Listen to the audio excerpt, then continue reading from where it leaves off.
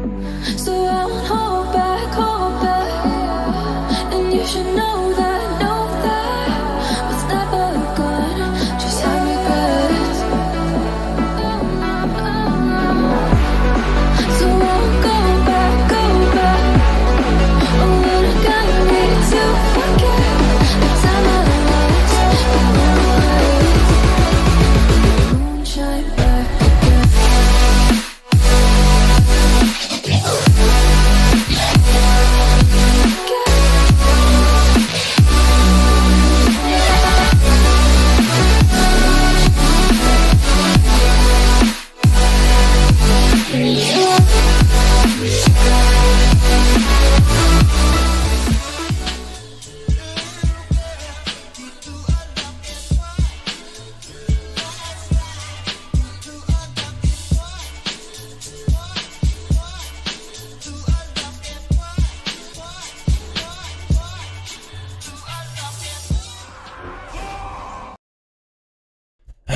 How's it going, everybody? Welcome back to another stream. Hope everybody's having a wonderful, beautiful day. How's it going, everybody? Welcome back, boys. Welcome back to another wonderful, beautiful live stream. How you boys doing? Welcome back. Welcome back. Sorry for being slightly late today. We got more duels for the 5V5 1v1s on the way. I might actually, hold on.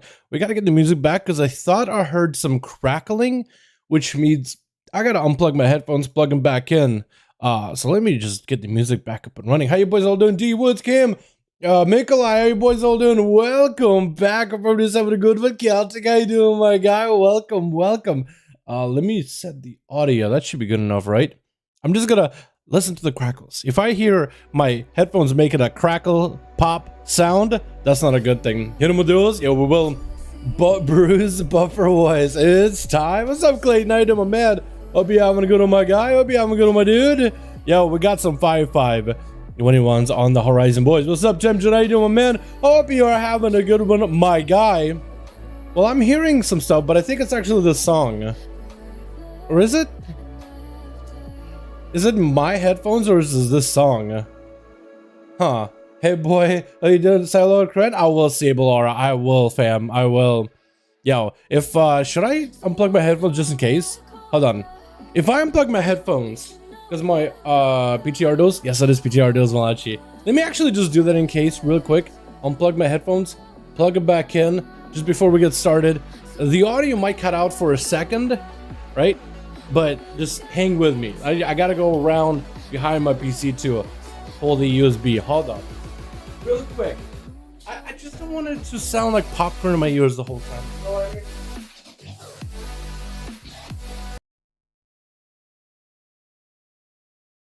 Alright, did I break it? Did I break the stream? Wait. Did I break it? Oh, audio is back apparently. Hold on. Another thing I gotta do is because it changes the channels, so things sound a lot more bassy in my ears than they normally do. It's just gonna keep bothering me. Is I gotta swap it from and maybe one of you guys can help me out. For some reason, every time I pop the headphones in, it changes to like 8 channels instead of 2 channel quality. Does this break it? Are we back? Is it dead? Hold on. Wait. Oh, we're back. Okay, cool. I usually do this stuff before the stream. I usually never get these kind of problems on stream. Yo, let's hop on that PTR. Boys, how many groups do we have over on the PTR? Hopefully we got the regular. If you guys want to join us on PTR, you have all the links in the well, actually, in the Discord if you guys want to join into PTR. Speaking about links, I do gotta get a, this thing over here.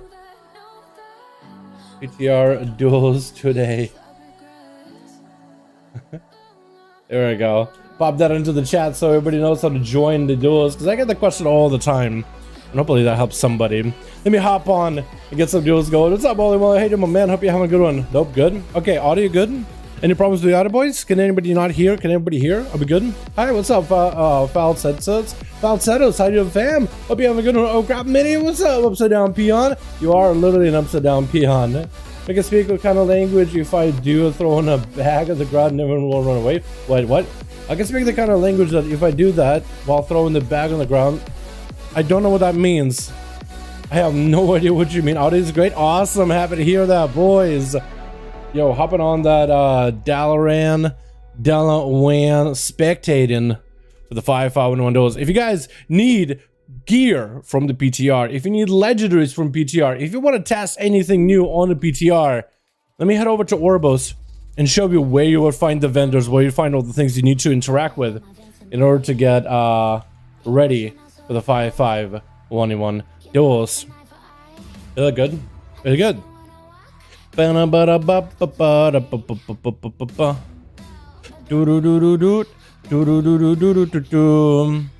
we're waiting, how's everybody doing? While we're waiting for the PTR to load, hope everybody's having a wonderful evening, boys. Hope everybody's having a good one.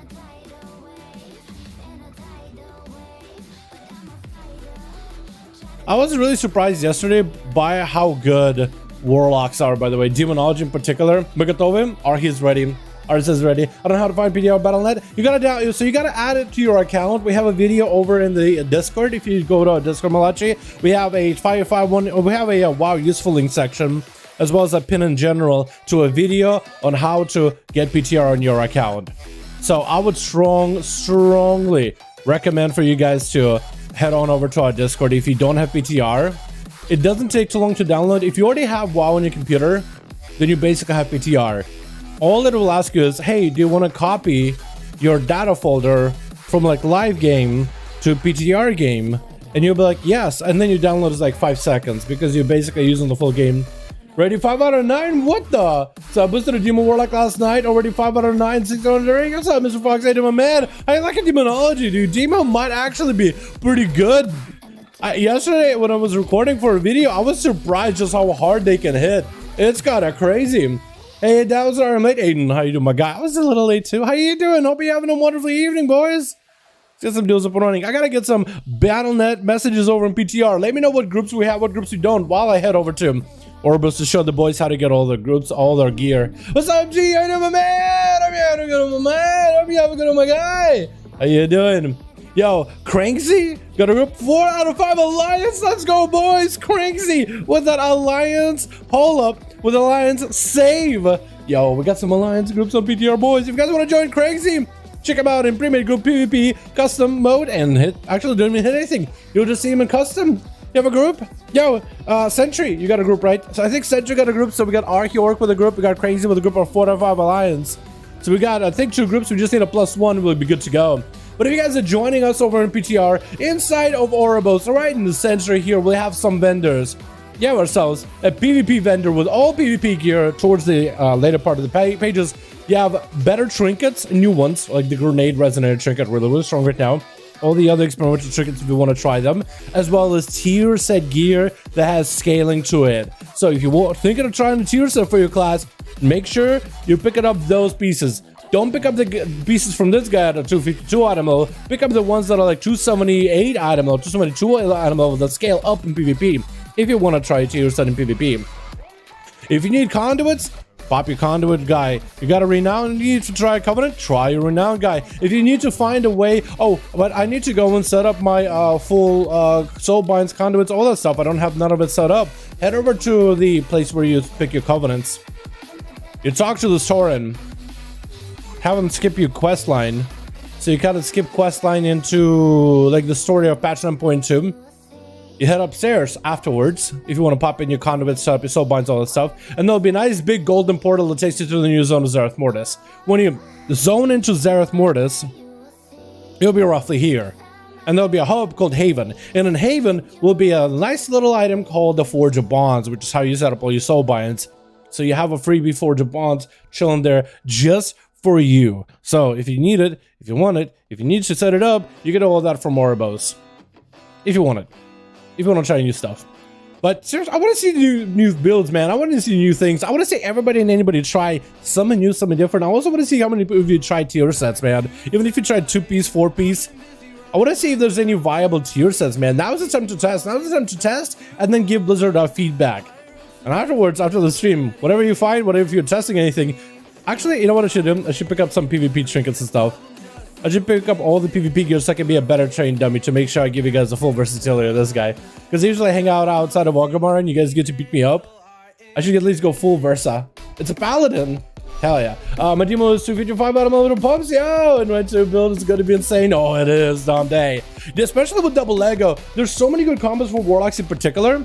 Yo, have you seen this? Let me see if I can find it real quickly. So if you play a Necrolord Warlock, mostly a PvP thing, but still if you play Necrolord Warlock, Necrolord Lego pipes. Shard increases the damage of your Shadow Bolt, Decimating Bolt, or no, not Decimating Bolt, but Shadow Bolt, Incinerate, Demon Bolt, 100% crit, 50% more damage. You put it together as a Demon Bolt with Bale Spider's Burning Core. Hog. You got like what?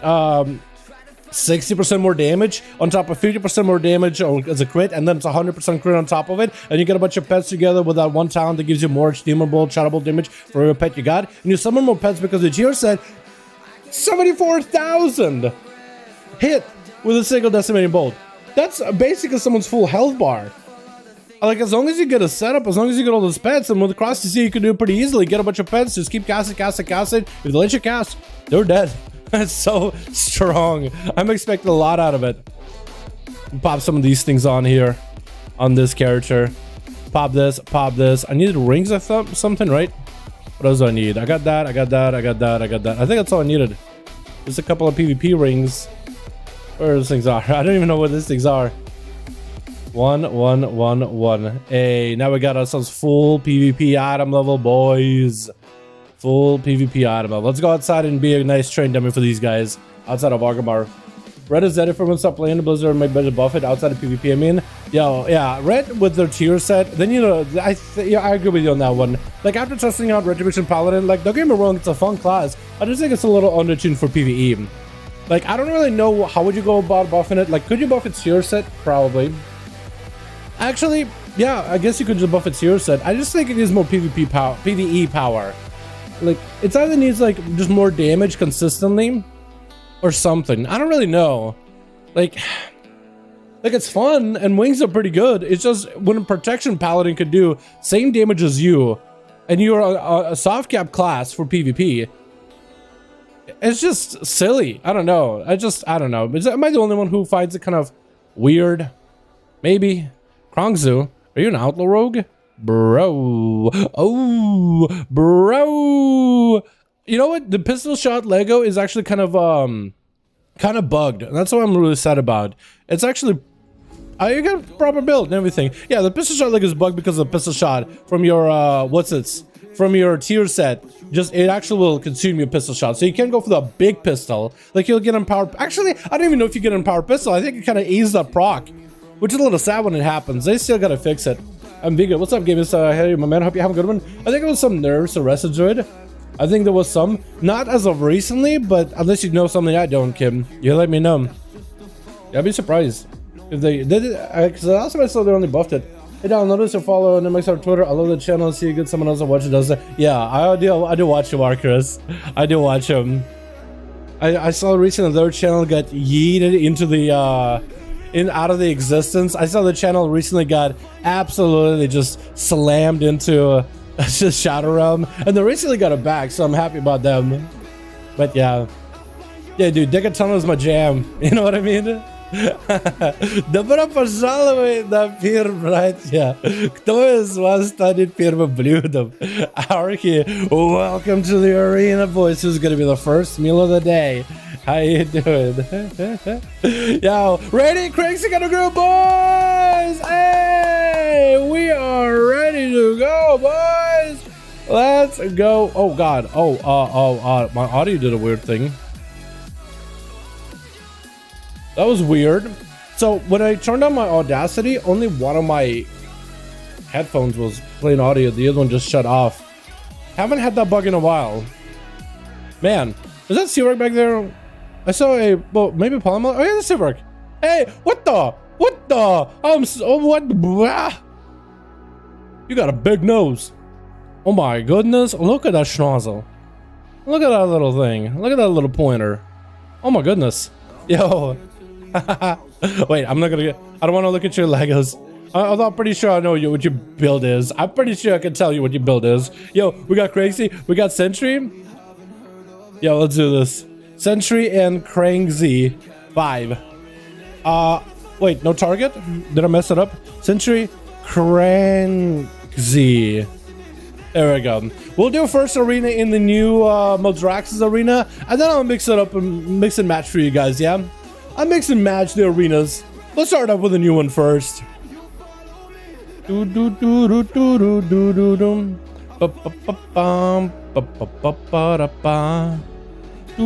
I kind of like this song. I kind of dig it. Like, it's actually pretty good. Am I still loading in? Damn. That could be a second. There we are.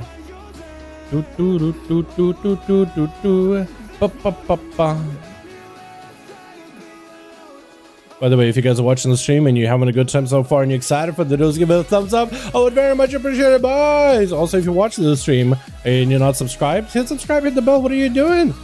Become part of the community, join Discord while you're at it. You know what I mean? Like, what are you doing, dude? What are you doing, dude? Oh, I didn't tweet it, by the way. Switch. I'll tweet in a bit. So we're dueling. We got ourselves team 1 together with Seavark playing a Goblino today. I'll stick it to the Arcane Dream Kioska on the team as a Survival Hunter as well. Polly Molly as a Frosty Mage. We got Arky. It looks like it's not going to be first up. It looks like it's going to be Kronxia, the Outlaw Rogue. Very, very excited to see how well an Outlaw Rogue can do. Well, the Wolfie going to be first up as a Draenei over on the team 2. We actually have a team alliance over that team. Wolfie getting blasted. I think it's going to be, was that a Venti or Burst? Kronxia, actually no, he's playing the Necrolord. Big Chain Harvest for the Shaman to recover a little bit. That's going to be also Counter-Strike Totem, but I think Wolfie might just go down if they don't take care of the Rogue. Needs to go for a bit of healing. Missing of Sunder, but still doing kind of okay. Blind on to Wolfie as our health is dipping lower, and Kronxia just going to generate freebie comp points off of that Totem. Gouge onto a Wolf. Looking for the reroll into a kidney shot. It looks like spikes are continuing to fly through. Might actually be able to triple spike Wolfie. Big pistol shot to follow. Actually taking it down with just spikes. Oh my goodness. Kronxia playing that cheesy. He got that actually quad 5 spikes that he could throw out back to back as a Necrolord. So that's as cheesy as it can get. Oh my goodness. And that's going to be grappled towards Snazzy, as he's going to go for a gouge with a spike. Looking for DFA, I guess, trying to go for a bit of immunity. TCC cheap shot, that's going to be Trinket with an evasion. Cheap shot again is Snazzy. Wants to keep Kronxia next to that Trinket. Going to be the big Trinket explosion. Looks like Kronxia avoided it. Wait, can you dodge the Trinket damage? Wait, did it just dodge the Trinket damage? I don't understand. Snazzy's going to cut a low on health. Has to go for an evasion. And it looks like it's going to be Kronxia putting some pressure on him. With Snazzy going for almost a reset, trying to still get a more eviscerates into Kronxia. Gonna be a short cheap shot as it is an org that he's hitting. Needs to go for a bit more CC chase. Kronxia looking for that kidney shot. Does Snazzy have a trinket? Looks like this is gonna be Kronxia trying to max out, like kind of next to the kidney shot, but he's like trying to hit him from a distance, trying to keep that acrobatic strikes or range on him. Reset by Snazzy. Does not have a trinket, but he does have Shadow Blades rolling. Shadow Dance is available. If he goes in for a full kidney shot after waiting out DRs, cheap shot that's going to be pretty short into Kronxia. Still hoping for the Kyrian burst to happen. Kronxia with a gouge and assassin and a kidney shot right after. Does he have the damage to follow? He is going to need some kind of defensive. Kronxia could vanish out of here. He's getting kind of lone held blind after the kidney shot. He just gouged Snazzy, so he's not going to be able to resap him. That's one thing he will not be able to do. Saps are going to be DR'd. So does Kronxia open up? Cheap shot to Snazzy keeps the bleed rolling. Gonna be evasion as Kronxia does get the defensive back early. Snazzy does not have the damage just yet. DFA for Kronxia, just trying to immune any kind of CC for a short moment. Gonna be the Orc Racial popping up. Snazzy trying to escape, unable to. Cloak of Shadows is just trying to burn whatever defensive. Kronxia around the corner with a dive right back in with that little charge. Gonna be a quick shift by Snazzy onto Kronxia as the both exchange slows. Kronxia is still able to keep Snazzy in combat. Whichever is going to land a kidney shot first could be the winner. Kidney shot into Snazzy. Does Kronxia have enough damage? So the strikes back to back, trying to get the damage in. Pistol shots to follow. Vanish cheap shot. Does he have enough? Oh, he does have enough. The Outlaw Rogue outplayed the sub rogue in the CC game. Being able to get those defenses earlier than the other guy is helpful. I mean, that evasion came in clutch. Gonna be Chicago as a Coltiran. Yo, actually looks kind of good. Gonna be that open to buy the rogue before Chicago doesn't even get able to, isn't even able to dismount from their mount. Gonna be kidney shot to Chicago as they pre-wall. There's still lots of damage on the Kronxia. Chicago is getting a little bit of healing. Gonna be that maelstrom from the Ghost Wolves charging out. So it should be able to be pretty healthy. Kronxia again with yet another evasion. The short cooldown on that evasion just keeps him super tanky. Sunder by Chicago into Sunder to Kronxia. Does Chicago have enough damage here? A quick gouge by Kronxia. I don't think he has a kidney shot just yet. Just going for a bit of CC with Chicago. Building up some pistol shot calm points. Cinder Striker tried to keep the pressure rolling. It's going to be re-rolled with the calm points. Not able to get an interrupt onto Chicago's Fleshcraft. And Grogzo has to back up, has advantage in case he needs to. Uses the advantage, but then pistol shot Chicago immediately blind to fall. Does Chicago trinket out of it? I think that's what he's trying to hope for. Maybe Chicago trinkets, because then they'll be out in the open, exposed for the rogue to just control him the whole game. Krongzo looking for that reset. Has the Earth Elemental to generate calm points off of Gouch and Chicago. Getting a shot to follow. Is going to get himself a re-roll. Spikes are coming out, but I think the rogue isn't really trying to... He's trying to say... It looked like he was kind of trying to walk by and like try to almost reset, try to go around the pillar. Another evasion is back for this rogue. Count down how often he got to use evasion. Adrenaline rush is rolling for this guy, trying to get the most damage over Chicago. Wall available for Chicago in case they need a cloak of shadows for the rogue for the stun. Chicago super low in health, does have the military to keep himself afloat though. Haymaker onto Croxa, does knock him back for a second. Trinkets out of it. That's going to be Kid shot onto the Hex. Trinket on Chicago. Do they go for the Hex again? The Rogue has advantage in case things go bad. The Rogue always has a way out of here. Hex available. Chicago needs to go for CC Gouge, but the Rogue does he have a Kid shot? Oh, Croxa! Pistol shots him down. Among Us is going to be up next. Why did I say it like that, dude? Among Us is going to be up next with a quick breath. Ring of Frost into Krogzo. Did not vanish out of it. Going to be that trinket next to Krogzo. Make combustion. Does vanish out of there. Fleshcraft around the corner. Restricted powers up for Among Us. Trying to keep himself moving. But Krogzo is going to be able to get himself a reset. Got himself Fleshcraft too, so he's pretty healthy. Extra healthy. Rune of Power getting thrown out. Krong's looking to get that charge into Among Us with a kidney shot. Gonna be that alter time, so the Mage is going to be able to recover a lot of that health back. He's actually very, very safe, very, very healthy. Krong's with a DFA. I think, again, trying to make DFA an ability where he might be able to dodge CC, might be able to dodge breaths or kidney shot from the other guy. Maybe just try to go for a bit more damage. Maybe that's his gap closer, but he's definitely playing into DFA for a reason here. Maybe he saw that there's so many rogues on the enemy team. He's like, no, if I can immune one cheap shot or one kidney shot, I will be golden. Let him spend calm points and energy into that ability, then I'll be set.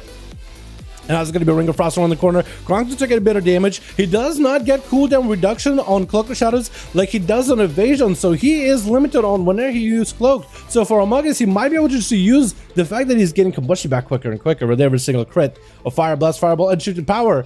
That could be helpful for him. Kidney shot, trinkets out of it as the rogue is rooted in place, trying to pistol shot down Among Us. That's going to be yet another combustion. Couch by the rogue into a grapple hook around the corner. Going to be a blink for Among Us. Actually, not even a blink, but a soul shape.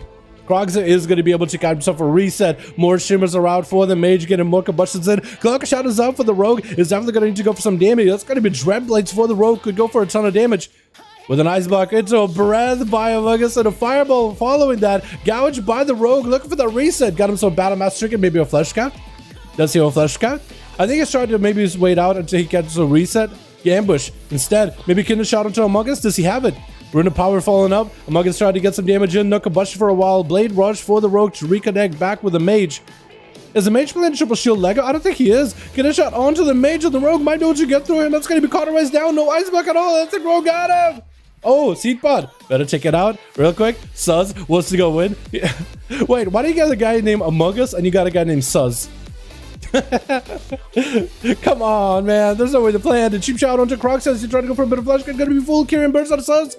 Gouge by the rogue. Does he have the calm points for a kidney shot? Looks like he does not. Trying to build a DFA. Might be able to immune some CC from Suz. Gonna be that trinket with the kidney shot. Krogza is gonna take a lot of damage out of the cosmic trinket kidney shot with a blind. Oh! No way! Wait, okay, hold on. Krogza might have gotten himself a nice setup with the Suz. How does he survive this?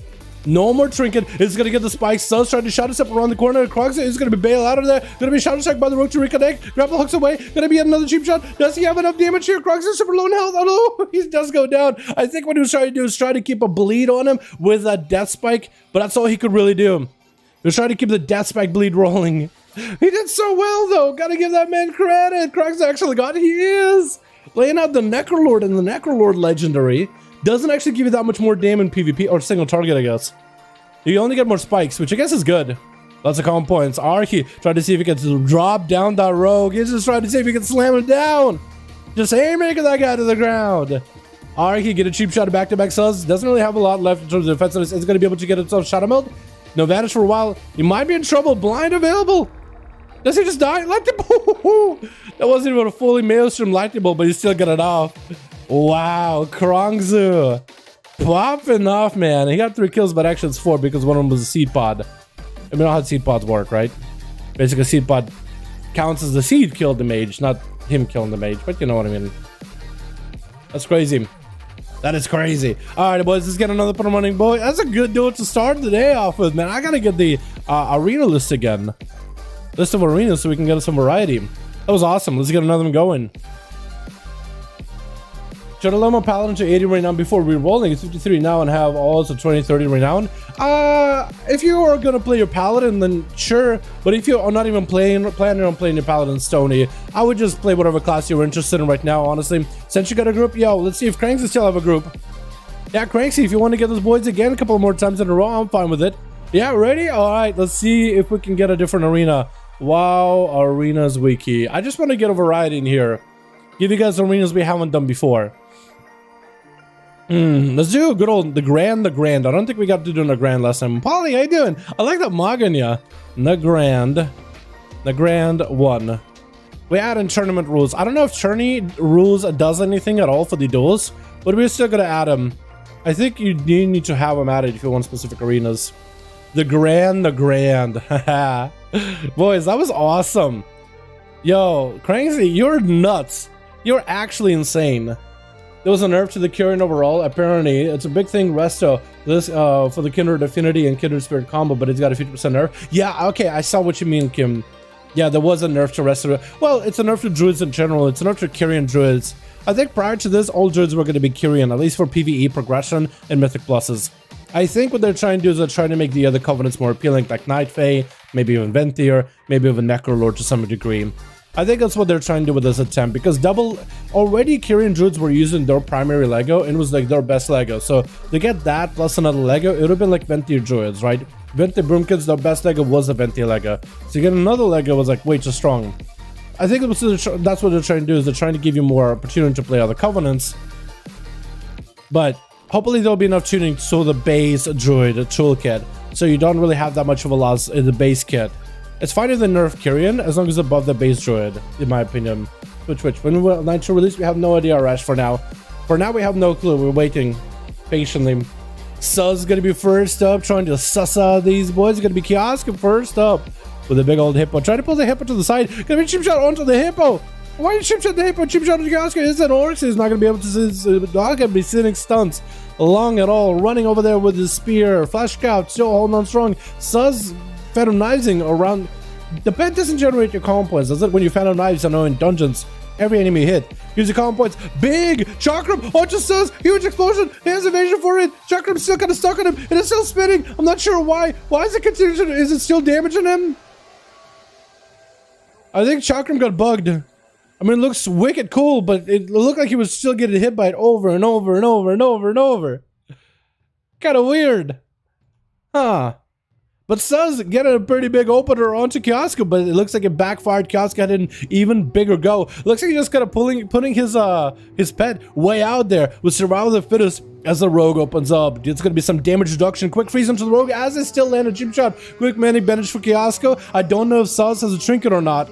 But Freezing Trap is going to be wearing off. Skill Trap to meet him. It's going to be diving into stealth for a second. Flare to keep the rogue out in the open. Another Chakram is available with double grenades. Smoke bomb by Sus, trying to create some line of sight to maybe escape. Going to be that harpoon. Sus is super low in health. It is going to be shot down with a kill shot. The rogue had himself like a really good setup for a CC.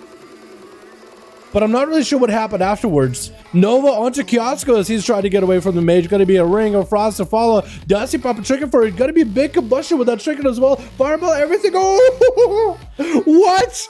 No. Okay, so that trinket that he just threw out, that spiky little thing, the grenade, that thing now at highest item level does, you know how much damage? It's like 25,000 damage. You have 80,000 health. With combustion, it's 100% crit. So you did 50,000 damage from that trinket alone, which is cosmic damage. It goes to armor. Cosmic being like a mix of arcane, shadow, and holy. So He just right through this health bar with a big combustion, big pyro on top of it. There goes Seawork trying to do a similar thing. Does he get to stop Amogus in place? Looks like he goes for an ice block. Trying not to take damage from the trick. And Seawork did pop his own cooldowns with arcane power. Amogus blasting out Seawork with a fireball pyro blast. Seawork go for a bit of a sippy cup with a Kyrian heal. Nova by Amogus is blinks in at Seawork aggressively. Quick breath, but looks like he kind of resets behind the pillar, letting the Nova sit. Gonna be Arcana's here by Seawork. Knock him. Amogus back. His soul shaves behind the pillar. Trying to hug the pillar and try to stay as close as he can, waiting for some cooldowns until later. Seawork did use arcane power. Amogus, I'm actually surprised. Amogus's combustion was spell stolen. Didn't they make it so the combustion cannot be? Why is it a combustion that can be spell stolen? But I guess arcane power cannot be spell stolen. Ice events can be spell stolen, but combustion is a 2-minute cooldown, and actually, in fact, shorter if you run certain talents and Night Fade, which is what Amogus is. So I guess it's kind of balanced so you can spell steal remove that one. Sorta. I cannot remember, because I remember when they made Dark Soul Instability, Dark Soul Hysteria, Dark Soul for Warlocks in general, undispellable and unspell stealable. And I don't remember what they did, if they did that for all the other mage abilities. I'm pretty sure Arcane Power was one of them.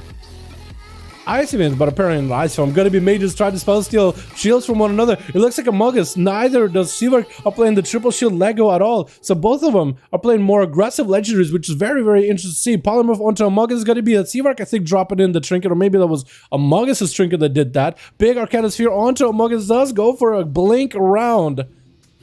As he gets hit with Arcana Sphere out of poly. Shift in power, trying to see if he might be able to get some resources out of it. In fact, Shift in Power not only gives you mobility, but every enemy you hit with Shift in Power gives you crit and haste up until I think a cap of maybe 20, if not 10.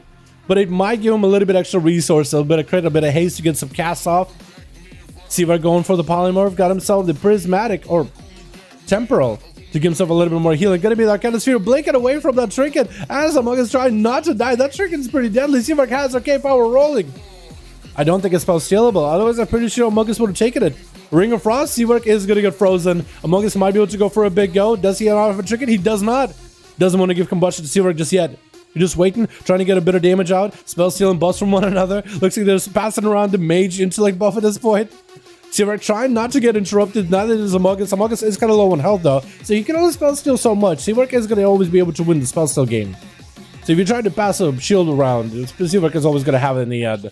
It's just you gotta just holding off Seawork from being able to do use any other global until later. Seawork popping off Radiant Spark with full damage. Arcane Missiles to follow. Shooting power from Amogus as he's trying to keep himself on the move while be able to get a resource. It's going to be knocked back from Arcana Sphere with a barrage to follow. Amogus does have combustion rolling after it from Seawork on Arcane, locking him out. Seawork does he poke out into that full-blown combustion. The flames are roaring.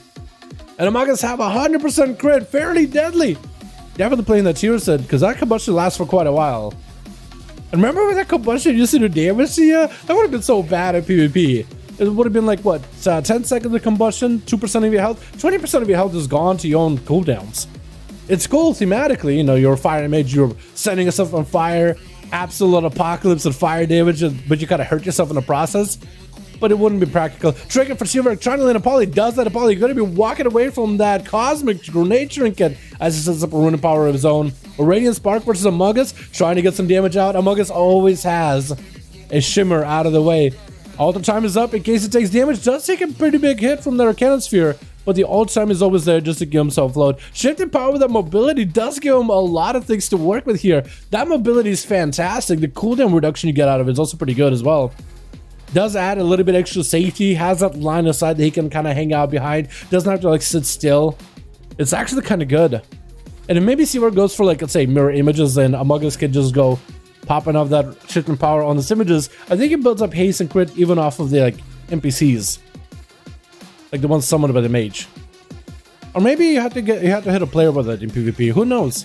Gonna be the temporal spell stolen from Seawork as Amogus trying to get a bit of healing. That polymorph is definitely gonna give him that healing. Gonna be a trinket as he sees the cosmic trinket coming down. Seawork trying to delay these bursts with the cosmic trinket. Amogus trying to get the hell out of there anyway. Touch of the Magi from Seawork would have put a 10% damage increase buff onto Amogus anyway. Big combustion out of the mage. It's gonna be blasted out of Seawork with pyroblast. That's gonna be ice block available. Has the mirror images as well. Missing that breath for a second. Seawork trying to see if he can get around there. Goes the ice block. Among Us holding on to his ice block, using shifted power. I wonder if he's getting stats while Seavark is an ice block. Because technically you are hitting him. He's just immune, but you are hitting him. Nova trying to make sure Seavark has nowhere to go. Seavark is in a situation where he's got to be very careful with his interrupts. Does he interrupt fire? Does he interrupt arcane? He either interrupts CC or damage. While for Seavark, when he gets interrupted on arcane, he gets interrupted on everything. Except for maybe like Fire Blast, which does no damage.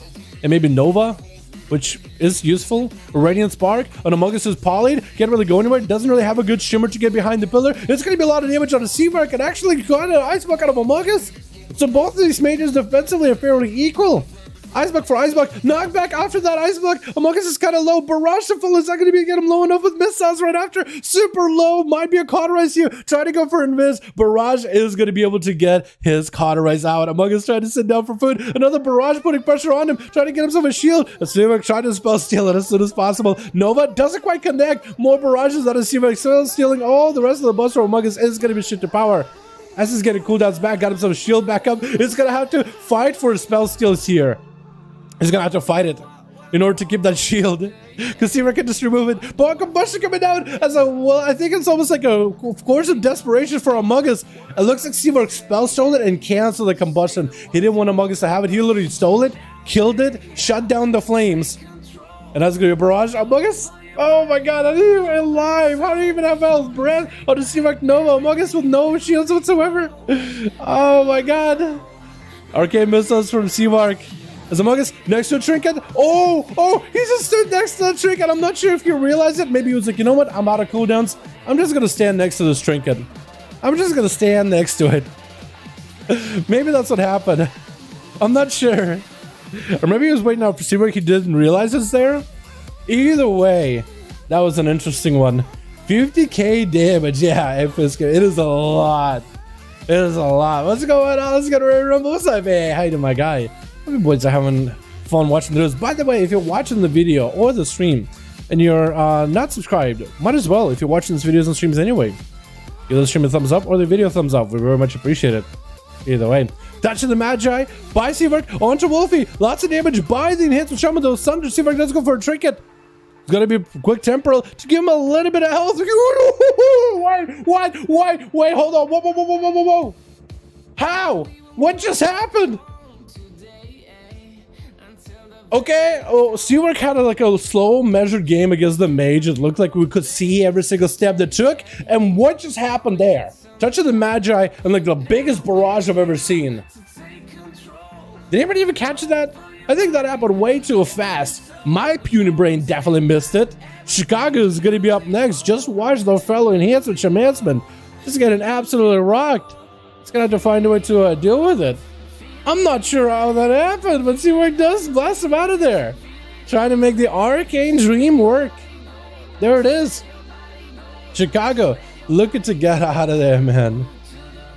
With the Fleshcraft. Is going to be able to reset Earth Elemental available. Seavark does he have Invis? He doesn't, so actually he's kind of got to wait until Chicago walks over to him. Going to be a knockback onto Chicago. As he got himself a Fleshcraft, Ghost Rules rolling as well. Seavark chilling. Is just gonna have to get beat up by those Raptors. That's a lot of military building up for Chicago since they are Necro Road. That could be a big blast of Lightning Bolt, maybe together with the LD Blast. There's a lot of Shamans I've noticed started going more of the elemental version. You know what I mean? More of a LE version. Big blaster out of Chicago. Seavark has got himself tempered really early. Chicago trying to clean him up, trying to make sure Seavark is squeaky clean. No buffs available. Maybe might even try to purge off the ult time. Looks like was able to. I was wondering for a second, like temporal used to be used to work this way. Hit somebody with temporal, you take damage. Even if you purge temporal off, they still get the hell from it. But with ult time, I guess you just don't get to be. I thought it would like force them to ult time to where they were, but no, it doesn't work like that. For some reason I thought they were very, very similar, because I guess they are in sense similar. The reverse damage. Gonna be Chicago trying to purge whatever buffs you can from Seavark. Full arcane power is available. It's gonna be a big blast out of Seavark with arcane power to follow. Cat himself, the Arcana Sphere. Does he land it? It's gonna be a slow in Chicago. Do they get hit? Oh, does get tipped, but it looks like it barely took any damage from the Arcana Sphere. Is it me or does it feel like Arcana Sphere sometimes does good damage and sometimes does no damage? Because I literally did not see Chicago's health go anywhere when he got booped. It felt like it was just a glorified knockback with some charge up. Like it Is it just me? I feel like that thing should hit him. It's really hard every time, but I don't know. Chicago is going to try to see if he can get a trip to Seawork. Seawork in particular is going to have a hard time in Chicago. And Shamans in general, because they have a short interrupt, and you only have what most of your offensive, defensive spells are all arcane. So you get an interrupt on arcane, you're locked out of everything. Or you have grounding totem, which is also going to be like really, really deadly. Haymaker out of Chicago, boop and Seawork out of the ring. And Seawork at low health. Oh, Ice Block available in case they need it. Did wait out long enough duel versus the Fire Mage and now into the second Shaman. Ice Block is up. Barrage with an Arcana Sphere with an Arcane or more barrages around the corner. Chicago is going to be able to catch up a little bit of healing. And Seawork looking for that full Mass Invis.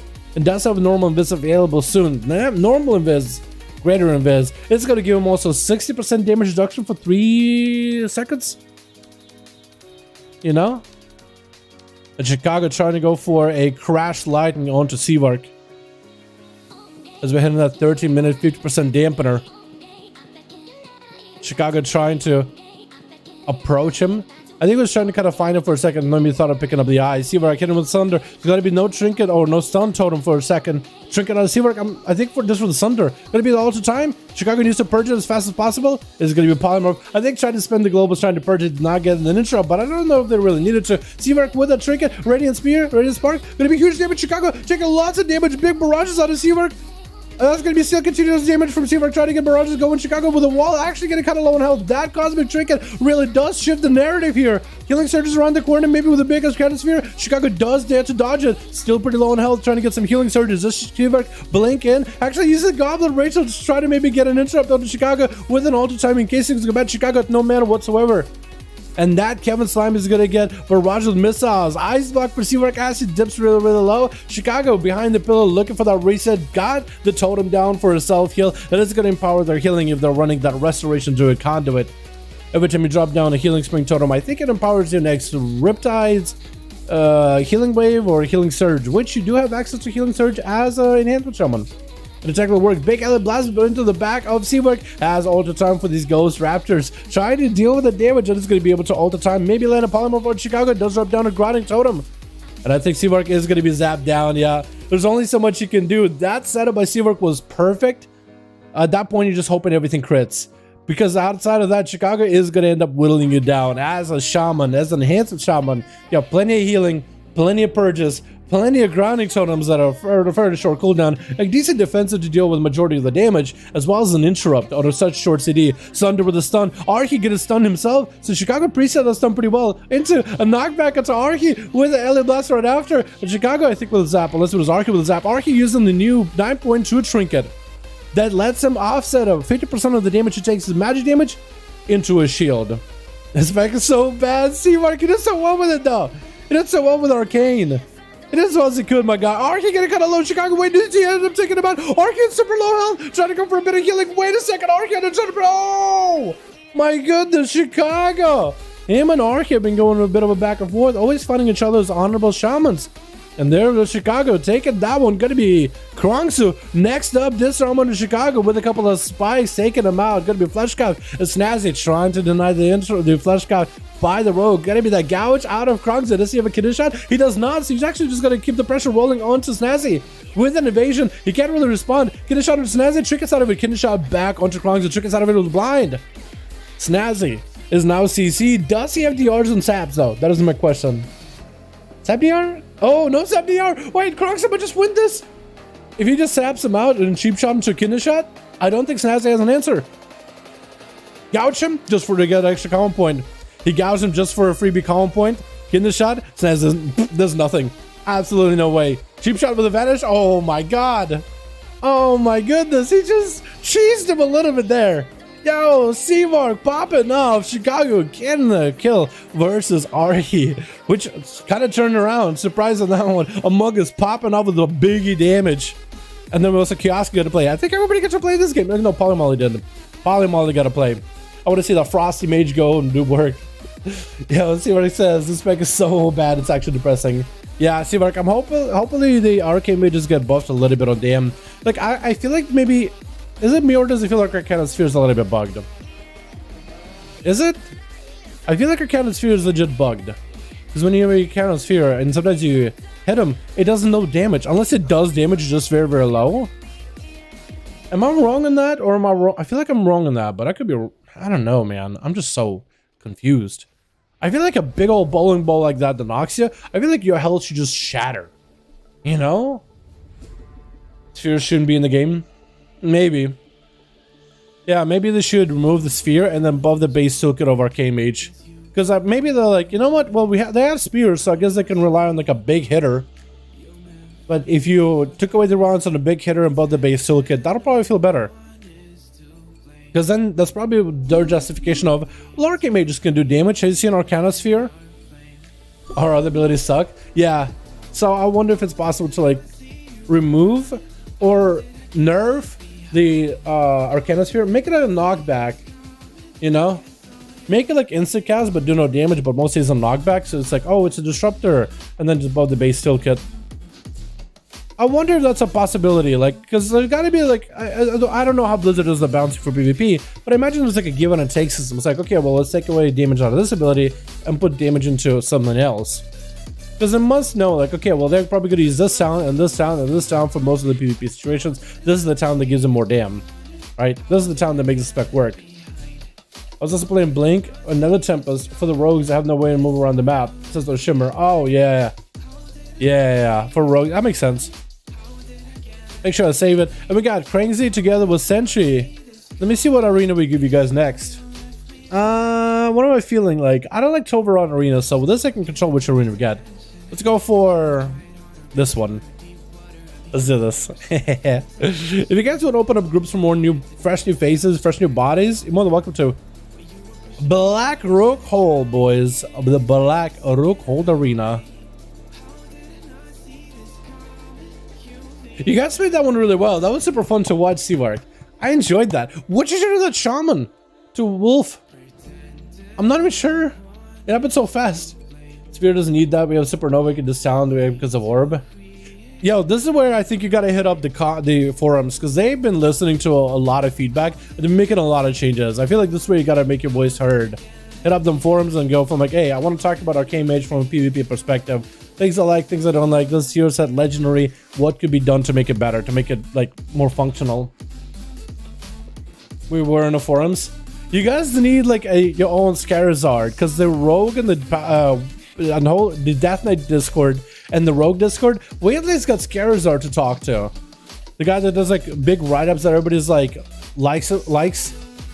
Everybody always says like, man, I like how much communication this guy does. That guy's on the Rogue Discord all the time, and he's also designing the Rogue tier set as well. So you guys need one of those kind of guys, you know what I mean? A dev like that. I think that would help. There's only 500Ks though. Fair point. Hopefully there'll be more at some point one day. Which, well, it looks like we only have a four-man team over on Team 2, but Krongs is going to be first up versus Among Us.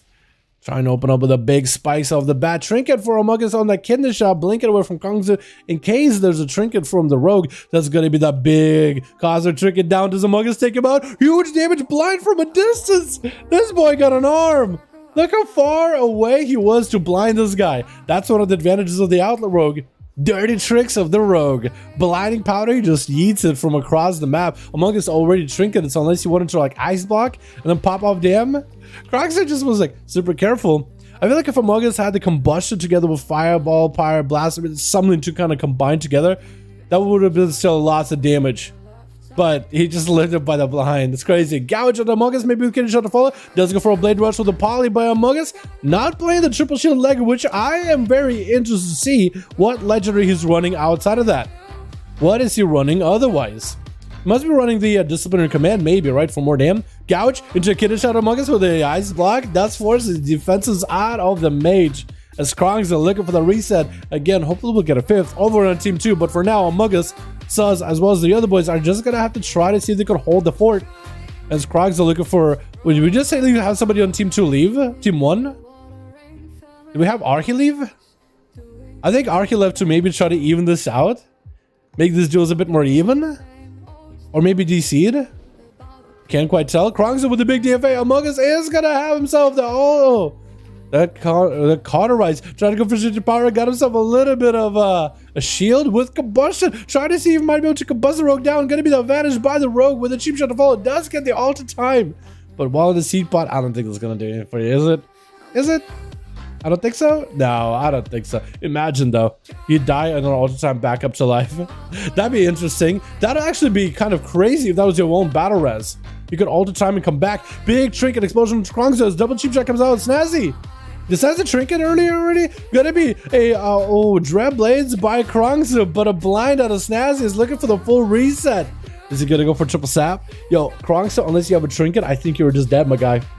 I think you're just dead. Oh no. He has a Drosh rolling, full damage, cheap shot. Unless you have a trinket, I think it's over. There's no way. Yeah, Snazzy just had you, caught you low health. Not much you can really do there. Disciplinary. Oh, is it Holy? Yeah, I've been noticing a lot more mages playing non-triple shield Lego since they did nerf the what is it? Since they did nerf the mage absorb if you're playing triple shield. Like triple shield ends up being pretty good if you want to have 3 things to get purged in PvP, but your defense is like 5% more effective with triple shield. So at that point it's like, well, I just will go normal 1 shield unless you're just going to be constantly purged. So it's like you might as well go more damage than defense. Gonna be a freezing trap onto Snazzy. Gotta had that freezing trap set ahead of time. Snazzy ended up walking into it. Kioska better get that opener to Snazzy. Try to make sure the rogue has nowhere to go. Big chakra to follow. Big grenades right after. Maybe flank a strike. Evasion by the rogue with the cloak of shadow. Trying to see if he can get out of there. Trying to make sure he's dodging everything. Flare does get the rogue out in the open with the harpoon, pinning him down with the freezing trap, stopping him in place. Does Snazzy have any other outs? Vanish for a second with a shadow strike. Get a shot to Kioska. Trinkets out of the feigned death to follow. Does Snazzy continue to CC chain? Does get a cheap shot, but he's completely out of options. Smoke bomb might be able to maybe go for shadow steps in and out of smoke bomb with Kioska. The dots and the pad and the grenades are just gonna end up rotting him down, I think. As we head on that 4-minute mark, not even dampening. Cheap shot onto that pet. Does get himself a sippy cup. At least might be able to build some combo points, maybe with the kinder shot into Kioska. It looks like Kioska is pulling the pet back, and Snazzy is actually putting some pressure into that pet. Traps are waiting around for Snazzy. This charge trap is going to be slowing him down. I think Kioska is just waiting for maybe the next stun. Just wants to make sure this is as clean as it can be. The pet is always there, harasses Snazzy, who's able to build combo points off of that pet. And maybe even trying to see if he could develop another charge of Shadowlands. There goes one charge Shadowlands. As he builds combo points and spends them, he can get the cities back. Steel Trap is going to catch him. Death Tracker with a Snazzy. Might just die to the Death Tracker by itself. Does drop down a chicken to the Kiosko. That thing does not explode. I was thinking that thing would explode. But it looks like when you fade, well, after you drop the chicken down, it will fade with you. Imagine that thing was like a martyrdom grenade, like from Call of Duty back in the day. You would drop down, a grenade drops on your feet, somebody runs over your body, boom. You get like a revenge hit. Imagine if that's how that trick could work. That would be kind of nuts. Wolfie eating that freezing trap. Gonna be getting that earth elemental rolling. As they're trying to find a way out of the steel trap. Kioska just able to get the dots rolling, get the grenades flowing. Wolfie dropping down the Skyfire Tome. Does Kioska take it out or does he let it just sit? Because Wolfie is gonna get their spells empowered. Damaging and I think of it healing those spells, especially if they land a crit.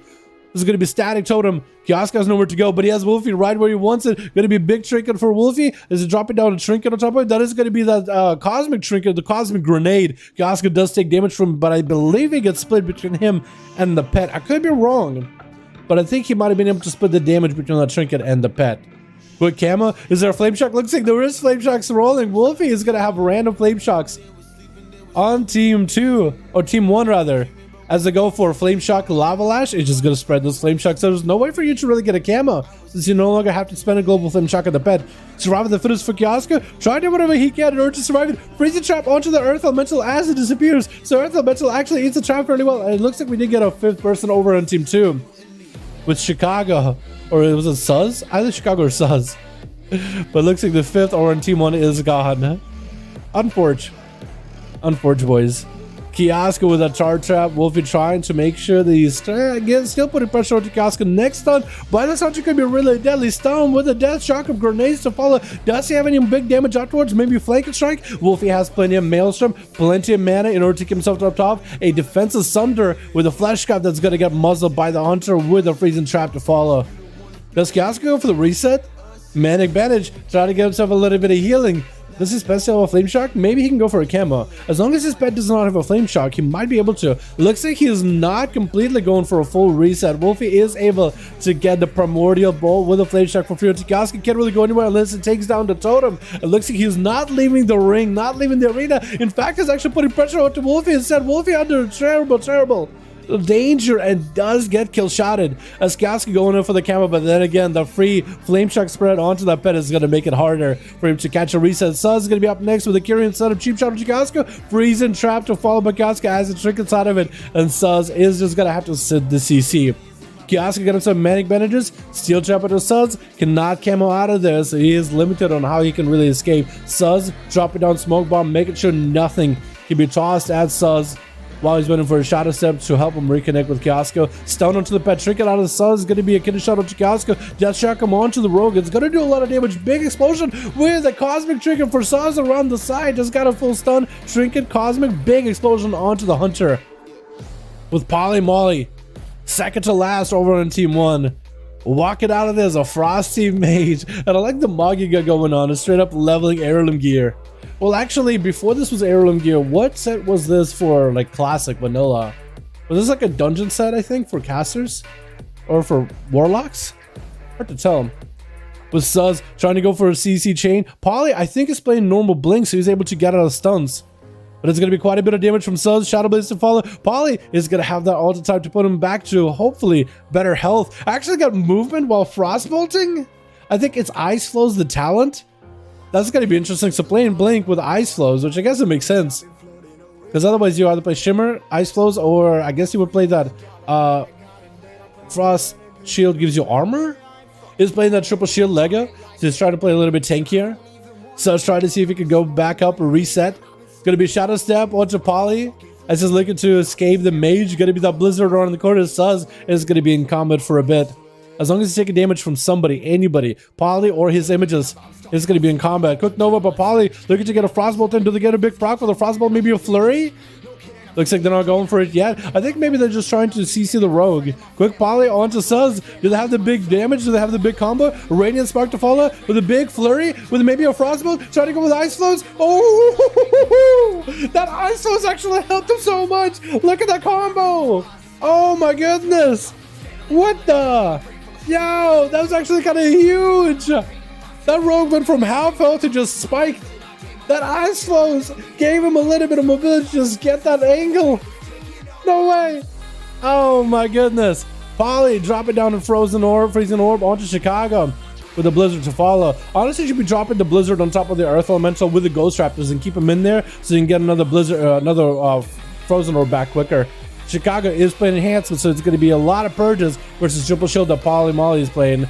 Radiant Spark, trying to get himself a cast off. Big Flurry, Frostbolt to follow, trying not to get interrupted. Chicago still holding on to a cast. Ice Block for Polly. Does have double Ice Block. That was a Kyrian Burst. Needs to, I think, go for the bet. He's going to need to go for like a really tough. It's going to be really tough against Chicago to go for the setup he wants to play. Because he wants to go for Frostbolt with the Flurry and the Kyrian Burst. But Chicago is just able to interrupt him with Wind Shear. So you kind of got to get interrupted by Chicago, and then you got to go for that Kyrian setup again. You got to basically bait interrupt out of Chicago with maybe like a Poly or something, and then you got to wait and keep Chicago out in the open. No grounded totem for Chicago, so Poly at least only has one thing to deal with. Has a second Iceback if they need to, might just have to use it. They are at 10-minute dampening. Big Ellie Blast, Poly Molly trying to hold on to the defenses, getting interrupted by Chicago. Do they go for an Iceblock right now? Oh, it's going to be tough. Oh, might have to go for Iceblock early here. Try not to... Ice Block, yeah. Wait, no Ice Block? I guess they only used 2 Ice Blocks. I was expecting, honestly, for them to have a second Ice Block ready. Yeah, that's a tough one. That burst onto the Rogue was awesome, but trying to do that against an enhanced Shaman, good luck. Range interrupt, ground totem, which Chicago isn't running this time around, but, you know, you're gonna expect it, really. Like, as a mage, you are gonna expect it. There's no way you aren't. See, Bark playing that Boomkin. Oh, my. Is going to be able to get his tier set to proc that Fury of Balloon, which is going to do reduced damage on 25% effectiveness on damage of the original Fury of Balloon. But Seabark does get full resources out of it. Kyrian Burst versus Chicago does hit him with a disarm. Big Star Surges. Oh my goodness. Oh my god, Seabark. Massive. Oh, yeah. A lot has happened in this duel. I want to say everybody gets to play except our man, Arhi Orc. I miss you, buddy. I miss my boy Arhi. He was in the duels, and then I think DC'd or something. Let's see if we can get another group going, boys. Yeah, yo, that was awesome. We got to see a Frost Mage pop off. We got to see a Boomkin play. We got to see all the boys play. Let's go, dude. Hell yeah. Cranksy's ready? Alrighty. Hell yeah. Holy moly, you actually got to pop off in one big burst. That was awesome. Yo, I'm kind of happy that mages are starting to play into more offensive legendaries. I personally am really cool with it. I'm kind of happy. Hopefully that doesn't make mages less viable. Hopefully it'll make them deadly. It's gonna be like, yo, you gotta make sure I don't get interrupted, but if I don't get interrupted, I can pop. Because I always found that more fun as a mage. Like, going for tanky defensive Legos, I understand why that's good in PvP.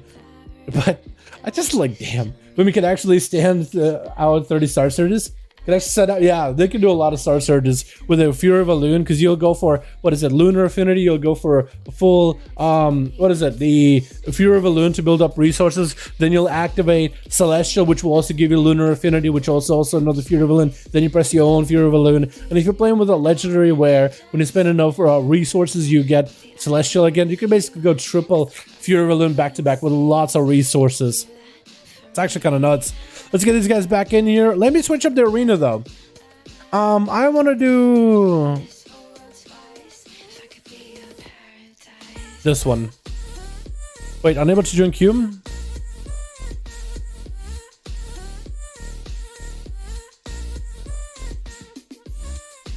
Not working. Is somebody offline?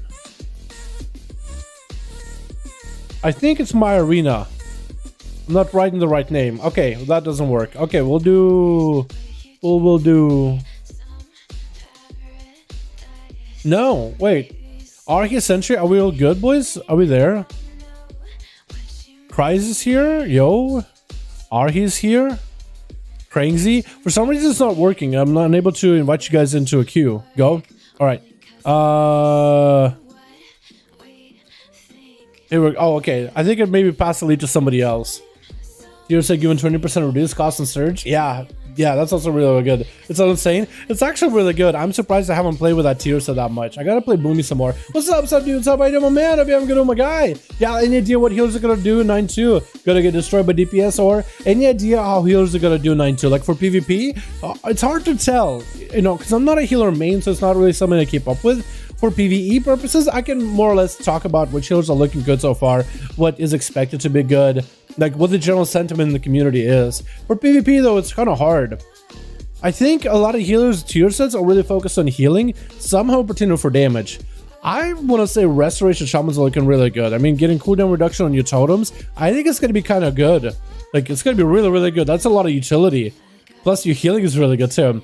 Then you have Paladins with more wings, even though wings got nerfed quite a bit. So we'll see how that works. It looks like the damage and the healing also got nerfed, but you have more uptime. I don't know how well that's going to go in PvP, because their tier set does work in PvP, but like in a 2v2, you're going to have a lot less uptime in wings than you would in like a full raid, you know? I don't think they're going to be bad though. I think Paladins are far from bad. I guess I need to see a lot more nerfs of Paladins to say that they're going to be bottom of the barrel, but there is always that chance, right? Again, I'm not a healer main, so it's not like I'm really in depth in the know. I would ask a healer main, because they probably would know better than I would. Switch. I'm hoping the Holy Priest will be a lot better. Their tier set has been kind of funky, but if they can make it work with Chastise, that should be pretty good. Monks, I think should be no different, but hopefully they'll be better. Double Lego is definitely going to help them, I think. That's one of the classes that's definitely going to get a lot of help with their double Lego. That should be pretty good for them. Switch. I don't know if I've done it or not. Chicago versus Kiosku. Gonna be the stun out of the Hunter with the trick for Chicago with a wall as they see Kiosku popping up. The coordinate assault, 20% more damage for them as well as the pet. Kiosku looks like he's just gonna line inside Chicago as they got defenses rolling. Gonna be the ghost who's up and running as Kiosku dropping down all the traps, but the Earth Elemental being the good boy that he is, he's eating all the steel traps, even the freezing trap. You can't really stop that guy at all. Kiosku under total pressure. When Chicago get a huge amount of procs, I think huge Wind Fury damage. And Kiosku finally creates some land inside for a second. That tar trap is helping him create some space between him and Chicago. Kioska got himself Exile, could potentially be Eternal if Chicago is able to catch up, has a big Primordial set up. Lightning Bolts are going to be massive. Kioska for the Fade Death, Turtle Shell has to go for a Manning Bet, and Chicago is just going to be there to punish the pet, beating that thing up. And got himself Ghost Wolves. Having Ghost Wolves is actually pretty good because look, what if the Ghost Wolves just ate a freezer trap? I was just about to say, look, having Ghost Wolves and just pants around against a hunter with so many different traps, like at some point you might just be able to get yourself a full one of the pets to eat a trap. But with Chicago taking the time to take down the Raptor from Kioska, it does give him opportunity to dive into a full camo unimpeded because he doesn't have a pet with a flame shock to get him out into combat. He's just there by himself. Stun into Chicago. No pre-wall for this damage. Gonna be lots of output. Chicago popping a wall now with a bit of Maelstrom for those ghosts to keep himself rolling. Gonna be the freezing trap by Kioska. As he goes for a quick flash trap, taking the opportunity to catch up in defenses. Steel trap does hit Chicago even though it looked like it was behind him. And Kioska just looking for a bit of a reset. Just wants to wait for cooldowns to come back. He got 20 seconds on Coordinate Assault. He needs to get himself the acceleration sometime soon. And Chicago with Ghosts available. More Wolfies. Wait, actually, I think Chicago is not running the Demons Lego. I think they're running a different Lego. Looking at the cooldown of those Wolves, it is really, really short. These things are coming back extremely quickly. Freezing Trap does land on Chicago. One of the Ghost Raptors was trying to make her way over to Kioska, but the Hunter does finally get a bit of a break. But Chicago's going to have to play the long game versus this Hunter. Now he's getting his pep, he's getting his step. He might be in a good spot. Big Alien Blaster to Kioska with a Primordial. Does Chicago have a big Lightning Bolt? Haymaker getting loaded up. Trinket out of that pet stun. And Chicago, do they go for yet another Haymaker? Getting kind of low in health. Playing a Maelstrom. Is having to use that Maelstrom defensively. Trying to go for a Haymaker to Kioska, but he does disengage out of there. Ghost was joining in. Trying to Haymaker the guy down. Doesn't get to stun him. Alien Blast. Potentially, does he go for the Lightning Bolt? I think what was a Lightning Bolt just now. Sundoor into Kioska. Trinkets out of it. There goes another Lightning Bolt. Super low in health. Feign death, but does go down. Chicago making sure just zap him down as the boy falls to the ground. He's like, I'm dead. He's like, no, you're not. Double tap. Let me just make sure you're down for the count. Well, for Chicago, is having to go versus Arhi next. Arhi dropping down a grounding totem. I'm not really sure. I guess that would have helped against maybe a Lightning Bolt or an Alien Blast from Chicago. Chicago's going to have to play this defense. That's a lot of Ghostos getting summoned up for the both of them, though. Lots of Maelstrom flowing for these two, but not a lot of mana for Chicago. Could be in a pretty bad spot. Trying to get himself some cooldown reduction. That's actually a good cooldown reduction. I think cooldown reduction. I believe it is. Maybe. There is one PvP talent for Shamans the way you get CDR. With Chicago super low health. Another low. A huge heal. Oh, I guess the biggest crit ever. Topped himself off. Again, back to no mana though. Definitely needs to find a way to break away from Arhi for a second and get some mana. Arhi is fully flowing on mana. He always has a plan B at the moment. Chicago doesn't really have much. Just trying to use whatever they can. Living paycheck to paycheck, mana to mana, procs to procs, Maelstrom to Maelstrom right now. Trying to get as much healing as they can while inside a Ghost Wolf for any whatever passive healing. It looks like Arhi's pressure for damage has fallen off a little bit. Ghost Wolves are trying to catch up at Chicago, but the Earth Elemental actually taunted those things off of her. That's going to be Chicago with a full Fleshcraft. Sunder missing onto Arhi, super unfortunate. And Chicago is at least setting up Primordial, starting to come back little by little. Looks like the extra health buffer with an Earth Elemental is helping out a little bit. Big LA Blast to blast into Chicago with Lightning Bolts right after. Got Ghosts back up and running. And Arhi tried to keep the pressure rolling with Chicago as much as humanly possible. But Chicago is at least catching up, at least full of mana, full of Maelstrom. Ghost Wolves, again, attacking the Earth Elemental, which is so perfect. Arhi is losing out on that valuable Ghost Wolf damage. Gonna be the Hags. Chicago interrupts it. 5V Flash Cap for Arhi, as he's kind of running low on mana as well. Plenty of Maelstrom, but Chicago and him are more or less equal. Chicago a little bit more mana than Arhi, but not that much health. Arhi a little bit more health, but not enough mana.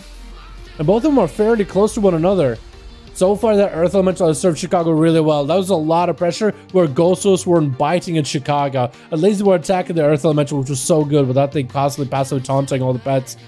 But now that the thing is gone, it could be pretty bad. Big Haymaker, but actually, oh no! I thought the Haymaker was going to get Arhi flying in the other direction, but he does catch the lip of the bridge with an LA Blast response. Man, that did a lot of damage. That was incredibly good damage. Wolf is going to be up next with a Sun Totem out of Arhi. I thought it was Wolf Sun Totem.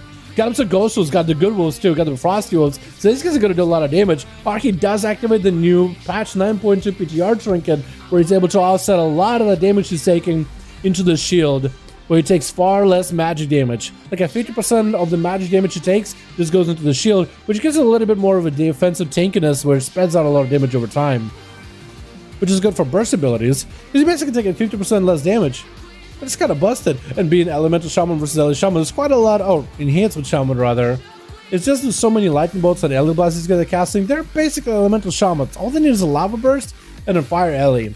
They got the Earth Ellie, so at least they're halfway there. Gonna be a Wolf, super low in health, has plenty of Maelstrom, but actually mana, but do they have the Maelstrom? Sundered by Archie for a moment. Wolf still under a ton of pressure. Wolf's our attacker. Wolf does get himself a heal, but without Maelstrom, it's going to be kind of low value on the Maelstrom usage. Going to be the stun out of Archie, but as his Wolves go away, there's going to be Ellie Blast. And actually, it looks like he's getting even more Wolves. I think it's just procs with the tier sets. I think he's just getting constant procs of tier set Wolves over and over. Yes, he is. It does end up hunting down Wolf. Look at this Wolves he's getting. Are these? Is that real? Okay, so I think those were real Wolves now. But the ones he had right prior, Double Storm Wolf, I think those were just procs of a tier set. The procs he's getting is huge. The more Maelstrom you spend, the faster you spend, and the more Wolves you're going to get, the more Maelstrom they're going to give you, and the more Maelstrom there's for you to spend. With Enhanced Shamans recently having a lot of their offensive abilities cut back a mana. Among Us trying to go for the big bunch of damage. Going to be Archie take a lot of damage. It's going to be, how do you not take damage from the Cosmic Trinket? He didn't even wall the Cosmic Trinket. Was that grounding totem? He grounded something. Can you ground the Cosmic Trinket? Wait a second. Among Us just dropped down the big explosive cosmic grenade with combustion. I would have thought Archie would have had most of his health disappear, and the man didn't even pop wall or nothing. Just kind of lived. Can you ground that damage? I don't understand. Quick stun on Among Us as the go get images rolling. It's gonna have to get him some shields back to back all the time. It's gonna be very, very important just to recover whatever health he can. Trying to avoid and get some line inside of Archie. And actually chooses to cancel the ult time, or maybe use it way early. Quick breath onto Archie. I'm sorry, that camera is probably giving you some of you guys a whiplash, honestly. As Among Us try to get out of there. Is he still playing Night Fae? I think he's Night Fae still. Stun around the corner. Gonna be a trigger for Among Us as Archie is trying to continue to damage the pressure with Storm Strike. He's gonna be getting himself. What is that called? What's that PvP talent that allows Enhanced Shamans to get cooldown reduction, boys? What is it called? It gives them like 30% faster cooldown reduction for a short amount of time. I forget what's it called. It's not a... Because it is a PvP talent that a lot of you in PTR started using quite a lot more often. But it's not something we really get to visually see as a cooldown anywhere. Archie dropping down the ground, he goes, his Fire Blast and flying, he's literally just messing around with him. Just shuffling back and forth, but then again, he's still stuck in the Ring of Frost. Not much he can really do, just try to purge all the bugs from Among Us. So that was a lot of combustion damage just eaten up by the grounding. Thunder Charge, to see what it says, it's Thunder Charge. Alright, I'll need to remember that one since I've been seeing a lot more of you guys using it. Thunder charging themselves for some cooldown reduction. Among Us in that bear form soul shape. Not a lot of health. Might have to go for an ice block here just to make sure Cauterize doesn't get procced.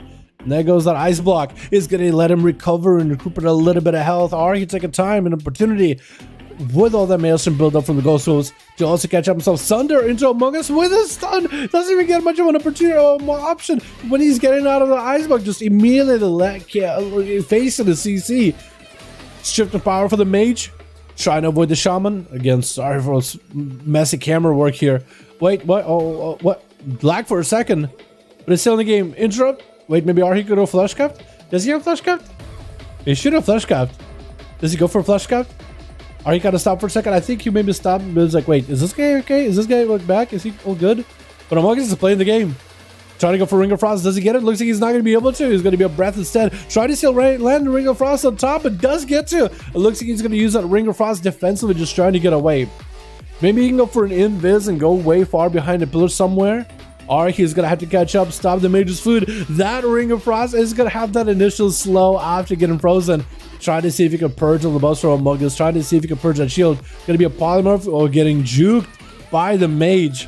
And the Mage has combustion back up. Polymorph, it looks like he's going to have to wait until later. I think he has a Cosmic Trinket. I think he wants to go for the biggest go. He's just trying to get a bit of recovery. Going to have to go for another Polymorph versus Archie before he can get himself a big setup. Try to see if he can soul shape out of this. Thunder by Archie, no sun to follow. Breath, landing the poly. I think he's going to be go. Oh, was that a trinket for Archie? I think it was a trinket. As Among Us trying to see if he can get himself some cooldowns back. Going to be Ghost Wolves actually under a ton of pressure. Mage is going to go for a big combustion. Trying to go for a Ring of Frost. Going to be the Cauterize. Does he have any shields? Oh, he might decide to Cauterize right now. He has a good setup onto Archie. But there goes Soul Shape. Wait, Seedbot, he might be okay. He might be able to live unless Arhe catch up and kill Seedbot. He has a Lettuce with that Seedbot. I think it's gonna come back. And the Mage returns. Yo, Ellie Blast almost killing that thing.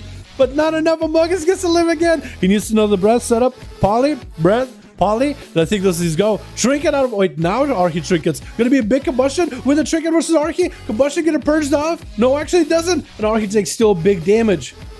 I thought he got purged off for a second, but apparently it wasn't. Snazzy, Shadow Striking with an interrupt versus Arhe, interrupting him as he's trying to get himself a bit of recovery. Getting a shot to fall, but Snazzy with that Trinket, Arhe has no way out of this. Absolutely no way out of it. Just got spent with everything. Seabark popping up some Moonfire, Soundfire onto the Rogue. There's going to be some stars falling too. As Snazzy got himself a bit of a Kyrian Sippy Cup, trying to see if he might be able to get an open orange Seabark as he's going to be in cat form. Snazzy is instead going to be a root from a distance. Seabark had himself a pretty good angle. As Snazzy goes for a Cloak of Shadows, going to be the Wrath. Actually, no, line decided. No, mind, not line decided. Shadow melded. As Seabark walks on top of the Rogue, going to be that cheap bash with the Fury of Elune. Seabark is going to have to Trinket out of the stun. Disarm immediately onto the Rogue. Huge stun. Oh my god. Huge Star Surge with a Kyrian Burst. Snazzy cloaks it after later. Snazzy, I don't even know if you need to use a cloak. Gonna be that roar out of Seabark before Snazzy can get himself a proper reset. There's gonna be the Typhoon, almost gets him out. Snazzy definitely has a bleed on him. Is gonna get caught out. Shadow stepping around Seabark. And Seabark should be able to Moonfire, Sunfire the guy. Gonna be Seabark popping into Boomy form. Thorns as well as Barskin. Snazzy doesn't have a cloak chance for the Thorns, but I think his damage might be better and bigger than the Thorns. Seabark is gonna have emergency frenzy regen. Does he have enough here to stop the Rogue? Gonna be quick to summon to the Rogue. He has no evasion. I don't think he can do anything at all. Smoke bomb. Oh, but the Star Surge flies for Seabark. But the Druid does not have burst at the moment. He can maybe go for like, I don't know, landing himself. Potentially, I don't know, Fury of a Loon from the tier set proc as he gets himself into a Lunar Affix, or Lunar Eclipse rather. So he's coming at him though with Cloak, Vanish, everything. The Seabark is going to have to find a moment to just heal himself. He's going to go into the enemy room, just kind of hoping he knows and can guess where Sus is. It is going to be in bear form, picking up the eye, looking for him. Has a Barsk coming up very soon. Thorns could disarm the Rogue as well. Has a renewal, so he actually has some tools to work with. Picks up the eye, but the Rogue, he doesn't see him. Trying to step around the corner, around that angle, around that ramp. And Sus just had a perfect angle on him. Gonna be Seabark taking the damage from that Trinket. It does quite a bit. Barskin was enough to keep him maybe alive, but the Rogue continues pressure outward. Should be very difficult for Seabark to deal with. Thorns is up. Might have to go for renewal. Maybe disarm to the Rogue. Is going to be renewal. Disarm to the Rogue. Trying to keep the pressure rolling. Kyrian bursts is up. Sus goes for a Shadow Step. Does Seabark reconnect? There's still a Fury of a Loon on the Rogue, even though we can't see it. There is still there. And Seabark trying to catch up a little bit of healing.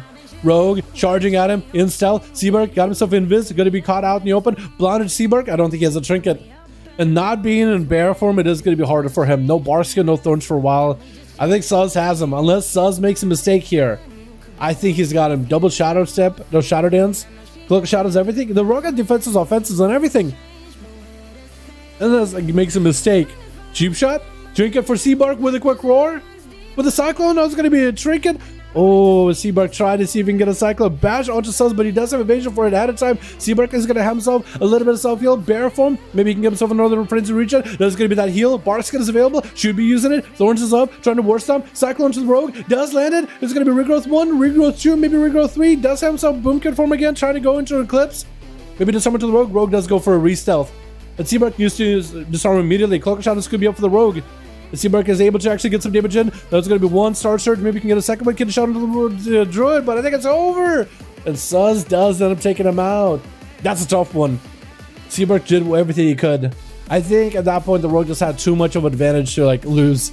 There's no way. Cloak of Shadows by the Rogue with advantage. Spally trying to put the pressure on him. Trying to drop down Blizzard. Where he might be able to... just trying to guess where the Rogue could be. The Rogue is somewhere in this arena, that's all he does. But he's trying to make guesses. Actually, was kind of heading into the Rogue's direction. He's doing a pretty good job of that, honestly. That is going to be a eye that he could pick up. Maybe another set of eyes on the other side of the arena, too. I can't really see it. But to see if I maybe... oh, yeah, there is. I saw it. I had to get an angle for it. Poly mounted up, looking for the Rogue. I saw taking sweet time recuperating cooldowns. This is why I think for Poly, it might be better to pick up the eyes and look for the Rogue. Because the Rogue is down into these. No Cloak, no Vanish for a while, no Evasion, no Shadow Blades. No Blind for 10 seconds at least. Trying to see if you might be able to get an angle on him.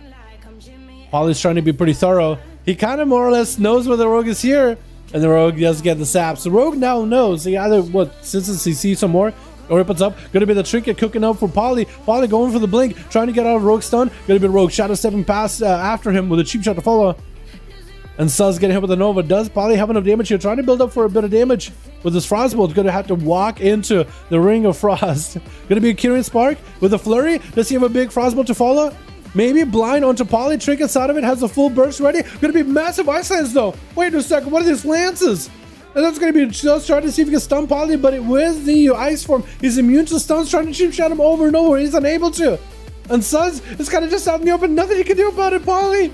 What was this? Was that a lance or was that a Frostbolt that you cooked up there at the end? Oh my goodness, Ark with 3 kills. Seaberg popping off as well. And at the end, Polly does sneak in and kills the Frost Mage. Yo, Polly needs to go first at some point in these games, yeah? One day. Let's go. Marty done flashbacks and COD for to give him ideas. Yeah, for real. That's basically what that trinket is though, isn't it? Alrighty boys, let's get on and rolling. Yo, what's up dude? How you doing, my man? I'll be good one 4 out of 5 group on Horde. Yeah, let's go! With Ballas? Yay, that's awesome. Athaman, do you have a group? Sub Dalek, got a group ready. Athaman got a group, yo! What? Oh, that's a huge panda. Hey, how you doing? How you doing, big fella? So Athaman got a 5-man group. Do you have Ballas with the group, or is Athaman part of that group?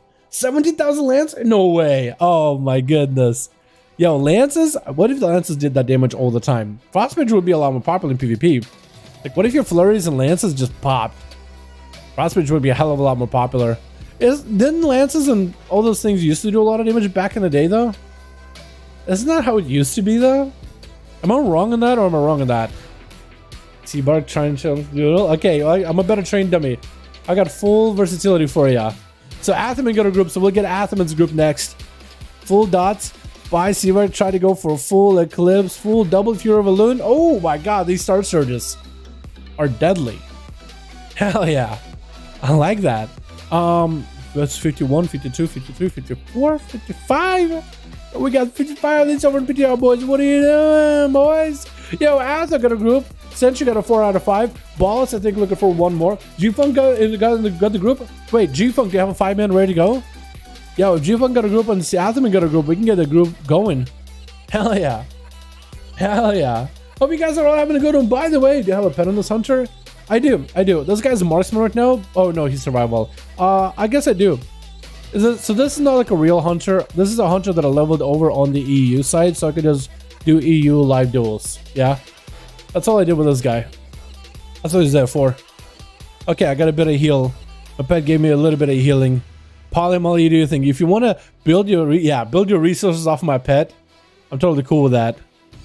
There we go. I want to see this. Yo, this Frostbolt is gonna pop. Yeah. Oh. Yo, I think I died.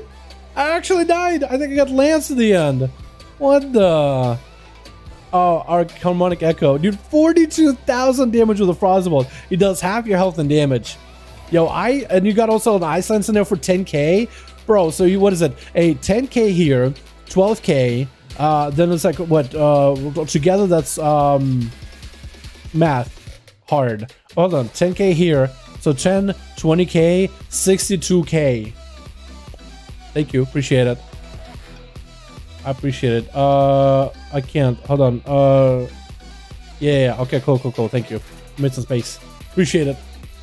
You guys are like, yo, heal up, train dummy. I want to burst you down. Hold on, let me also get my pet here too.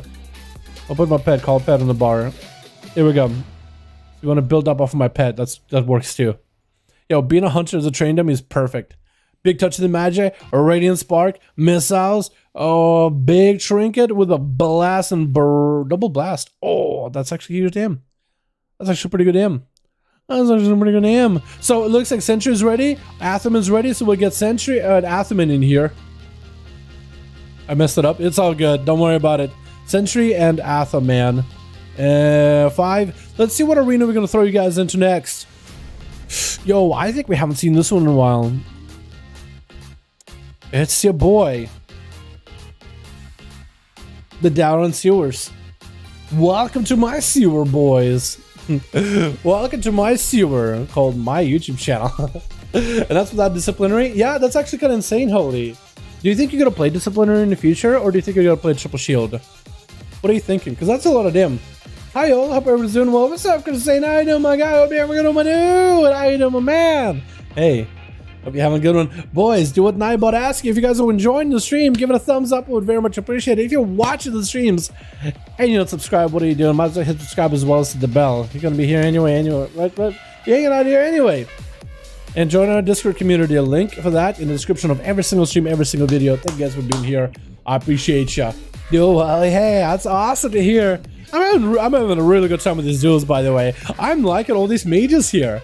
I'm liking the variety. And then we got Ballast with a bit of that Warlock representation. We got Fury Warrior. We got a Shadow Priest. I like this. I like this a lot. Yo, I'm nice stream. Yo, I'm doing pretty good. Igor, how you doing, my guy? Zdorova, Igor. Zdorova. Yes, one drives the stream. I gotta make sure I saved that one. Hold on. Wait. I think I saved it, but just to make sure. Just to make sure. I want to make sure I saved it. That's all I want to do. G-Funk is running out there. Krong's getting him up. Wait, can you sit? Oh, he's building comp points on the pet. I'm okay with that. Hold on. Yo, it's already started. Which? G-Funk getting hit with a kidney shot of Krongzu, who just built comp points off of that pet. Gonna be survived with the finish immediately. G-Funk taking a bit of that damage from the rogue. Gonna be a freezing trap. Rogue does not go for a trinket just yet. G-Funk knocking it back with explosive trap. Ooh, harpooning us. Krongzu goes for a grapple hook. So they kind of do a switcheroo. So G-Funk gets himself a little bit of better kiting that way. Dropping down a charge trap as Krongzu does burn a Cloak of Shadows. Quick disarm onto G-Funk, who doesn't really need his weapon to get the chakram. And the damage rolling going to be the trinket down for, I think, G-Funk. Krongzu is going to be tricketed out of the pet stun as G-Funk gets weapon back blind onto G-Funk. And Krongzu going for a flesh cap. Unless G-Funk has a trinket for this. Interrupted. I don't think he's got nothing. Gonna be Krongzu focusing on the pets. Actually, Blade flurrying these pets down. G-Funk definitely gonna have a freezing trap for it. As the Hunter is gonna have to go for a bit of reset. Do the pets still have a bleed on them? The pets still has a spike. G-Funk unable to get himself a full camo, which is gonna be super unforged. Krongzu charging at him with a quick gouge. Gonna be a kidney shot to follow. Spikes back to back. Has a pretty easy combo points to generate, and does end up stabbing, running right through him, dispatching with the Hunter. And Elfman. Oh boy, this is going to be up next on his big old Night-Face Stag with a Necrolord shield. It's going to be getting hit with a kidney shot off of that cheap shot. Krongzu building up for a few calm points, and he's going to go for a bit of reset.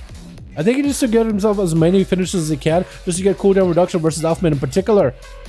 Does someone to the Paladin as he's trying to get himself some damage rolling. Going to be the hammers popping off as he's trying to get himself the Necrolord setup. Kidney shot onto Elfman for a moment as he's getting random procs of Seraphim playing out the tier set. It's going to be Hodge onto Krongzu. Does Krongzu have anything to survive this here? It's going to be Slime Shield for a second just to keep himself alive. Kidney shot onto Elfman, who trinkets out of it. I think, was that adaptation?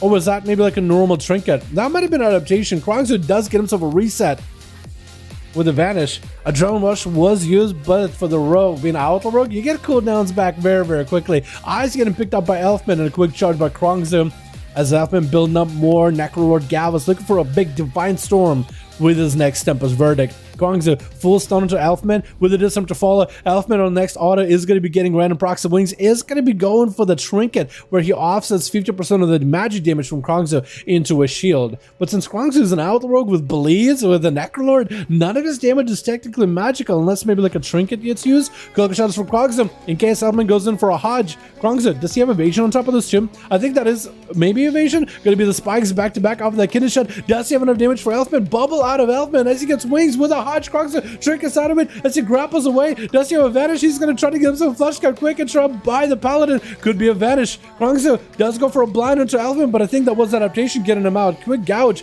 Does Krongzu have a kidney shot to follow? I don't think he does.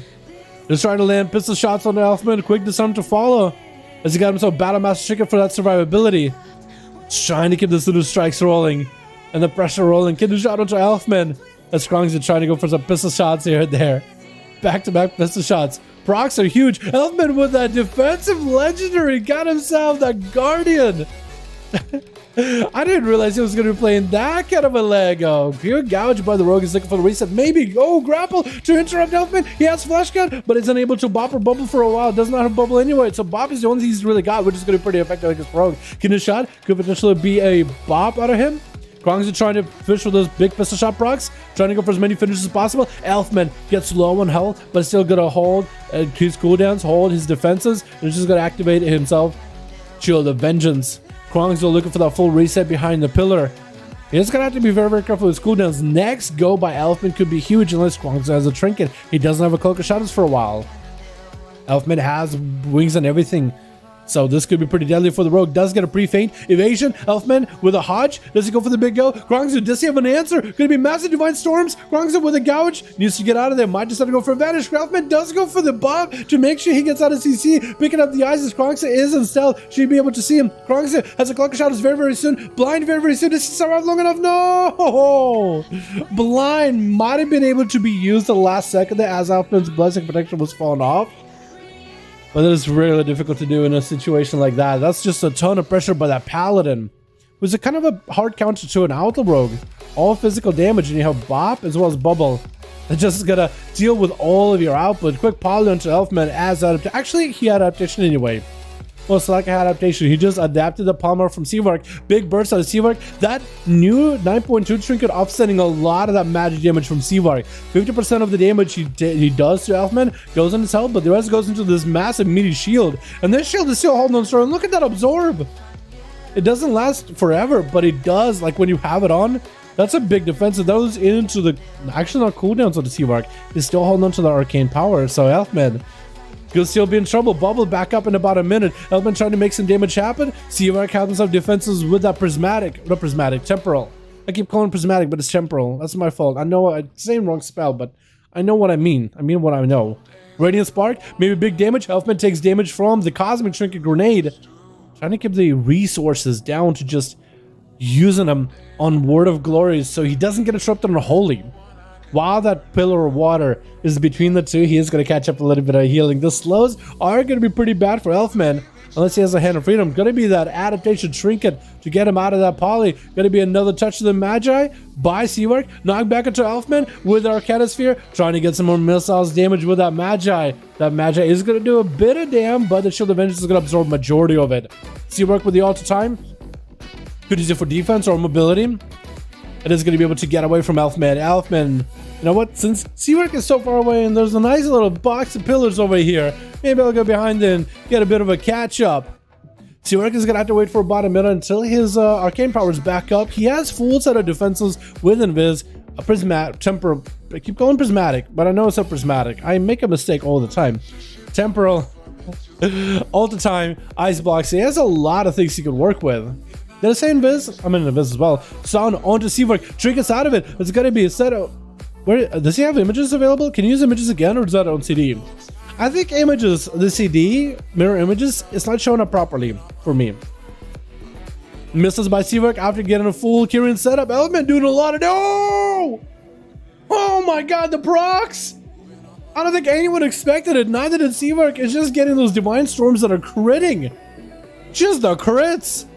That is so tough to deal with. Elfman does have a bubble for Polly Molly. I thought I had Altar. Oh, I thought so too. I thought you were golden. Gonna be big frostbolt. Elfman could be in trouble. Is that a lot of damage? That is through that shield. That shield absorbed 50% of that. That could have been a dead Elfman. With that big setup, Polly Molly, with that Kyrian go, could have just had the biggest rush. I was like, oh, look, I'm good. Altar back. Oh, it's all good, Seavark. It's all good. Yeah, this is just the gameplay differences, man. The Paladin versus the Arcane Mage. Pally, lots of healing, lots of damage, big pressure, random burst. And the Mage is like, yo, I gotta manage like a billion things just to stay surviving competitive. It's just a different story, at least for Arcane. Polly Molly with more frostballs, just trying to build up some resources versus Elfman. Radiant Spark is available again. He's gonna try to see if he can blink away from Elfman. Maybe big flurry. Does he have a big setup? I think he ended up canceling out the big Kyrian go. Gonna be Elfman with wings. Polly Molly could be in trouble. Ice block as he sees everything collapsing on him. Elfman trying to build up more resources. At least he's gonna build more holy power for some Ward of Glories. And Polly, one ice block down, has a second one to go, so he has immunities. It's gonna be Elfman with a bubble still. And Polly, again, just trying to build up for more frostballs, trying to build up for more flurry charges. If they can go for a big flurry go versus Elfman, they'll be in a good spot. Polymorph, they're gonna be adaptation trinket out of Elfman. Another Polly, but Polly. And that looks like they're gonna go for big dam. Could be big Radiant Spark. Does Elfman predict this? Shield of Vengeance, super low in health. Wait, does Polymorph still have any more damage to follow? He's still immune to CC. Gonna be the big Seraphim. All the time is up for Poly and Molly. He's actually gonna be okay. Blizzard coming down versus Elfman. Interrupt him on Holy. Gonna be the flesh cut. Poly can maybe go for big frostbolts either way. Do they have the big damage? Gonna be all the time putting him back with a shimmer away. Or maybe blink away? I'm not even sure. Gonna be a big flurry. Ice Lights is back to back. Another set of flurry. More lances. Elfman has the next auto. Is gonna proc him. Wings. It's going to be an attempt for Polymorph to try to polymorph from stun onto Polymorph. Chicken side of it. Tries to Nova Elfman, but the hand of Freedom kept him rolling. There goes the Ice Block out of the Mage. And Elfman catching up on a lot of healing. Chipping away at all these mages. Elfman's still holding on to a bubble, so he's going to be okay for a while. Poly tried to go for that Polymorph. And he's going to have to wait until the Ice Form is back up. So he's going to have to play it very, very slow versus Elfman. Triple Shield is going to keep him pretty healthy. Going to be like Kyrian Burst versus Elfman. I think he's trying to keep any kind of pressure onto Elfman. And the Frostbolts are doing a bit of damage. Gonna be the Elfman popping off that trinket for absorption of 50% of that damage is gonna be going to the shield, which is good for Poly. Any defense you can get out of Elfman before you have your actual big go, it's gonna be huge. Frozen Orb down with Blizzard to follow. Elfman trying to stay away from the Winter Storm. And Poly trying to keep him there. It's gonna be a couple of instantly cast lances, but it's not really doing enough damage. As Ice Form does amp up your Frostbolt damage rather than any other damage, also gives you immunity to stuns for a short amount of time. Frostbolt's around the corner, Elfman trying to avoid him as best as he can. For Poly Molly, he's gonna have to wait until he can get the cooldown back. The more crits that Poly does inside of Ice Form though, the faster he can get it back. That stun could be really deadly. Elfman with a final wreck. Big Divine Storm. Is that going to be enough for Holy Mode to survive? The triple shield is up. Elfman is going to get random procs of Seraphim. Huge hammers from afar. Poly most likely going to be adaptation. No adaptation just yet. Poly is kind of out of options, out of health. No icebox for a while. Needs to find himself some line of sight. Needs to give himself triple shield. Trying to maybe pop an invis. I think it's over. Yeah. Elfman just did not give him much of a break. Playing it very, very defensive. That triple shield, or that shielding magic trinket is really effective. Chicago Loa. I like that. Gonna be up next versus Elfman. I like that.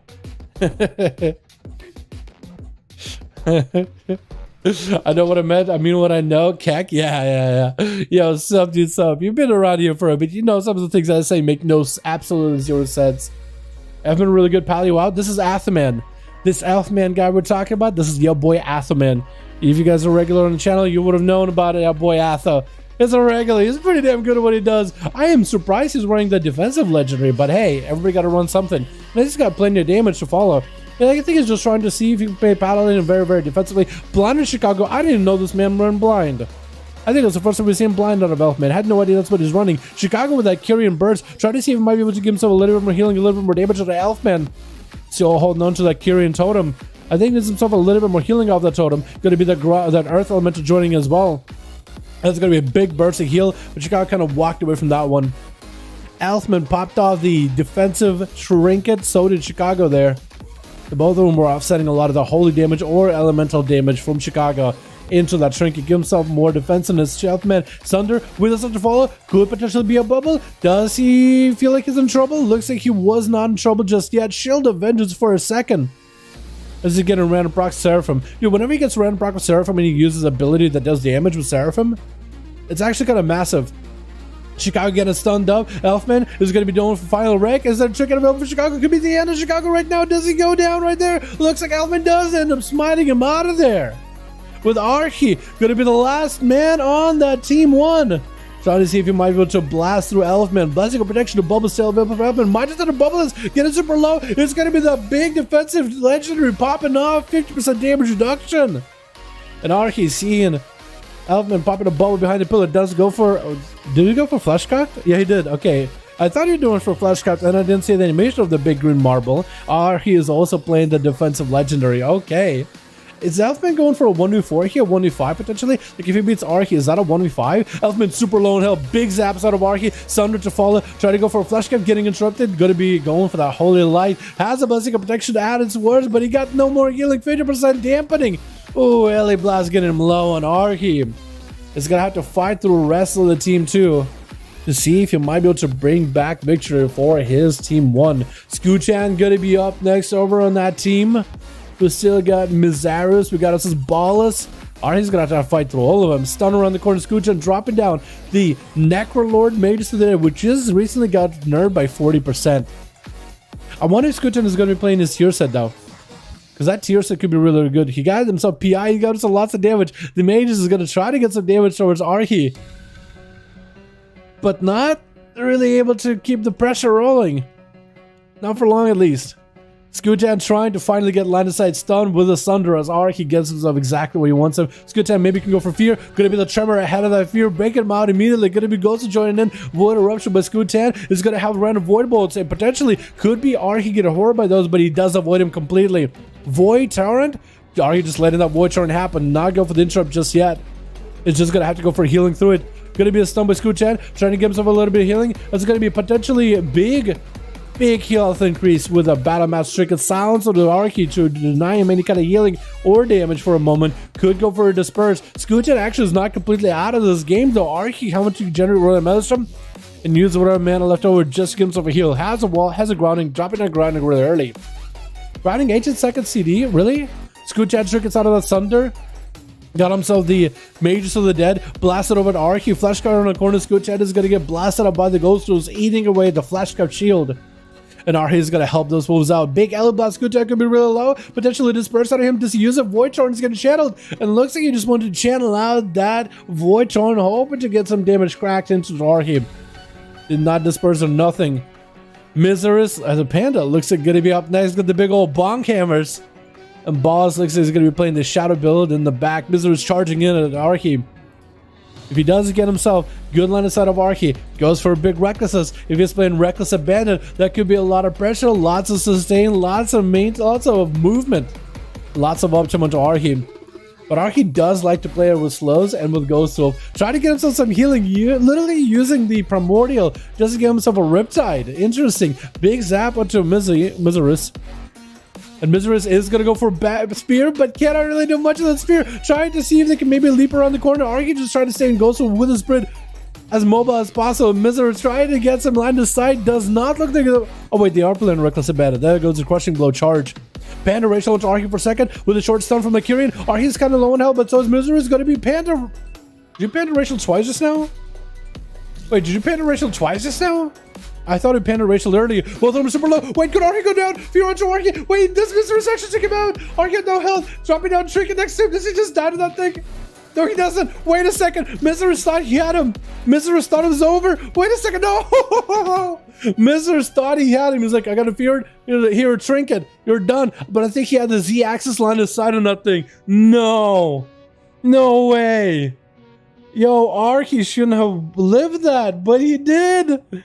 Oh no, I think this is where when overconfidence can be your downfall. I think that might have been that kind of situation because he feared him, dropped down Trinket, went behind the pillar, and was like, oh, I win, I guess.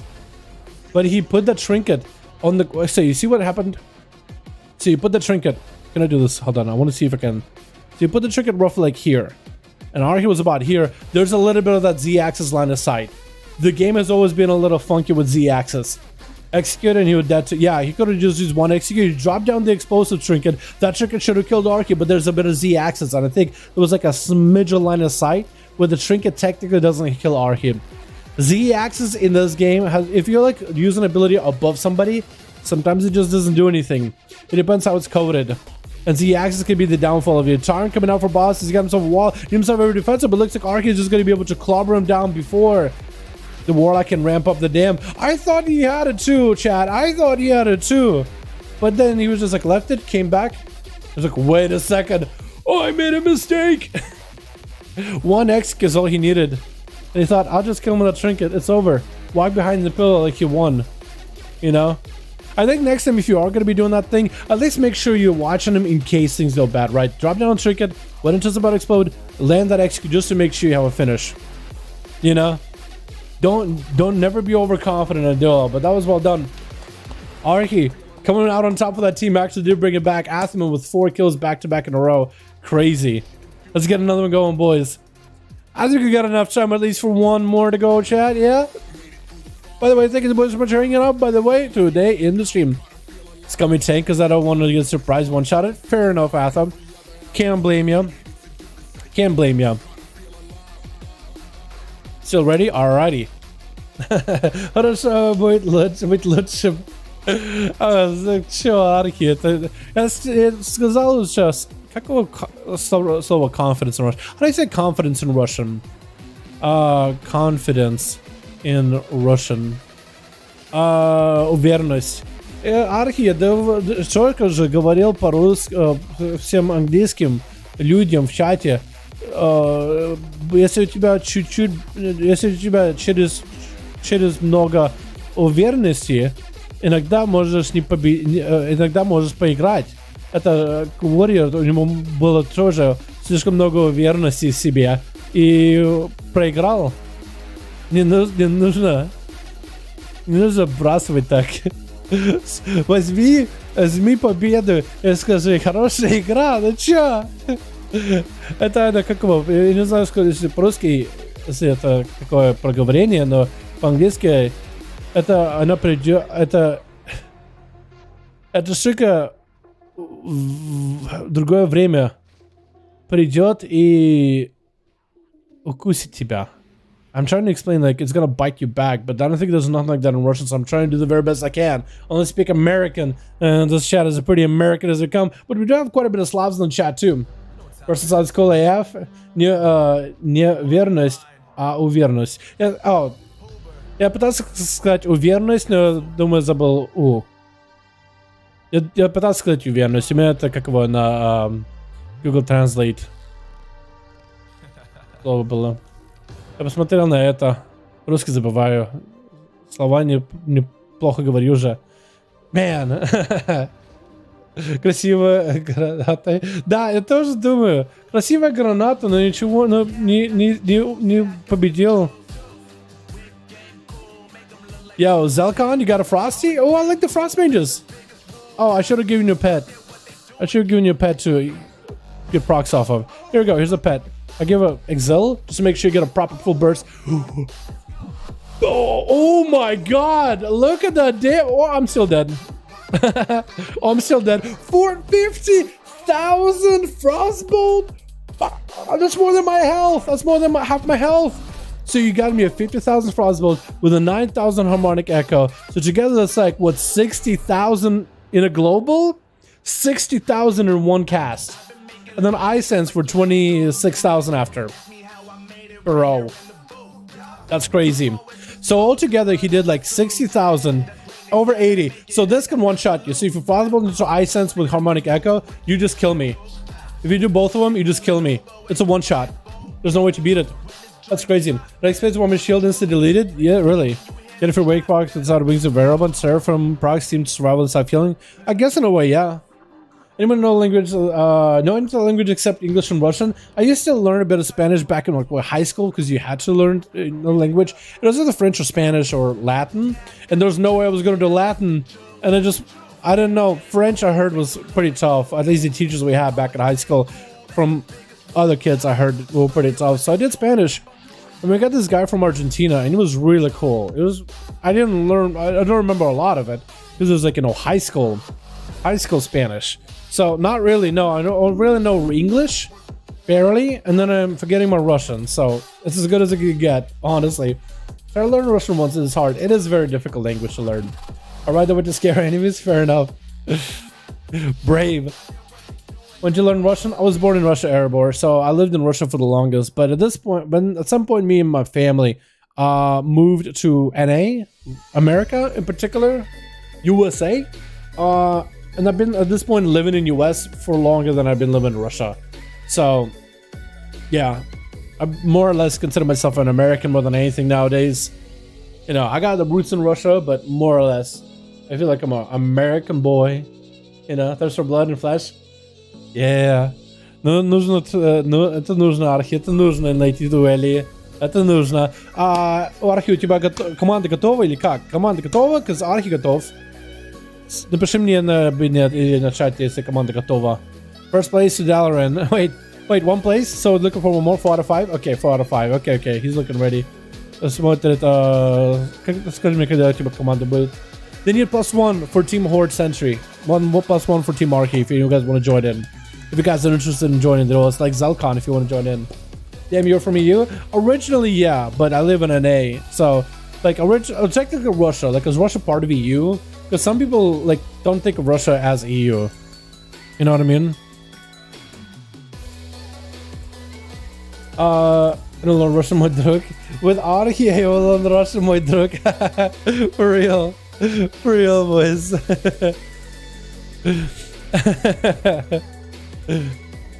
Hello from Sweden. What's up, Hampus? How you doing, my guy? Hope you're having a good one, man. Hope you're having one, my dude. Hope you're having a good one. Hell yeah. Yeah, nowadays I'm considering myself more of an American than anything. Just trying to see... Yo, if somebody wants to join in that has never played before, if you guys want to join Team Sentry, Team Arhi, that'd be fantastic. Hell yeah. Oh, from Sweden, what's up, what's up? You know, +1 boys. +1, anybody that's interested in competing in the 5V5 1v1 DUELS, anybody new, anybody we haven't seen before, anybody that's on PTR is like, you know what, I want to kind of try my tier set, I want to try my Lego, I want to try to see how well can I play against some of these boys out here. More than welcome to. Depends where in Russia, I guess. This is both Europe and Asia. Yeah, I guess so. I was in I was born in Ural Mountains, which is technically like on a more Asian side.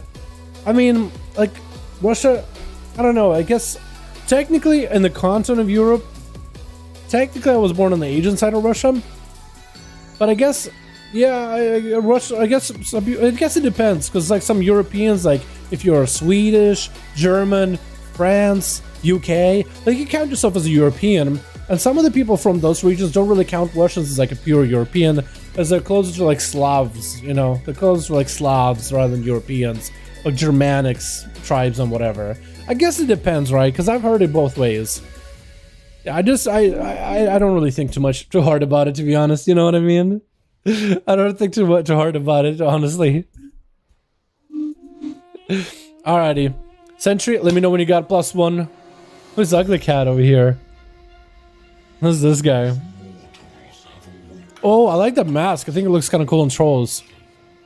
I think that should be like a mask you can get without like the monk thing on the top. That looks good on its own. Activate broken defense, protecting yourself from interruptions. Oh, this trinket is interesting. Defense will stand up to 2 effects. So is immune CC and crowd control effects for 2 effects for 15 seconds. I wonder if that kind of trinket is good at getting you kind of play in PvP in the future. I wonder. Potentially. I'm here for the Giant from Texas. What's up, Tyler? How you doing, man? I'm just a Giant from good old Texas. How you doing, my man? Hope you're having a good one. Yo, Arhi, команда готова или что? У меня есть команда 5 или как? Waiting for Arhi to see if we can put a group together.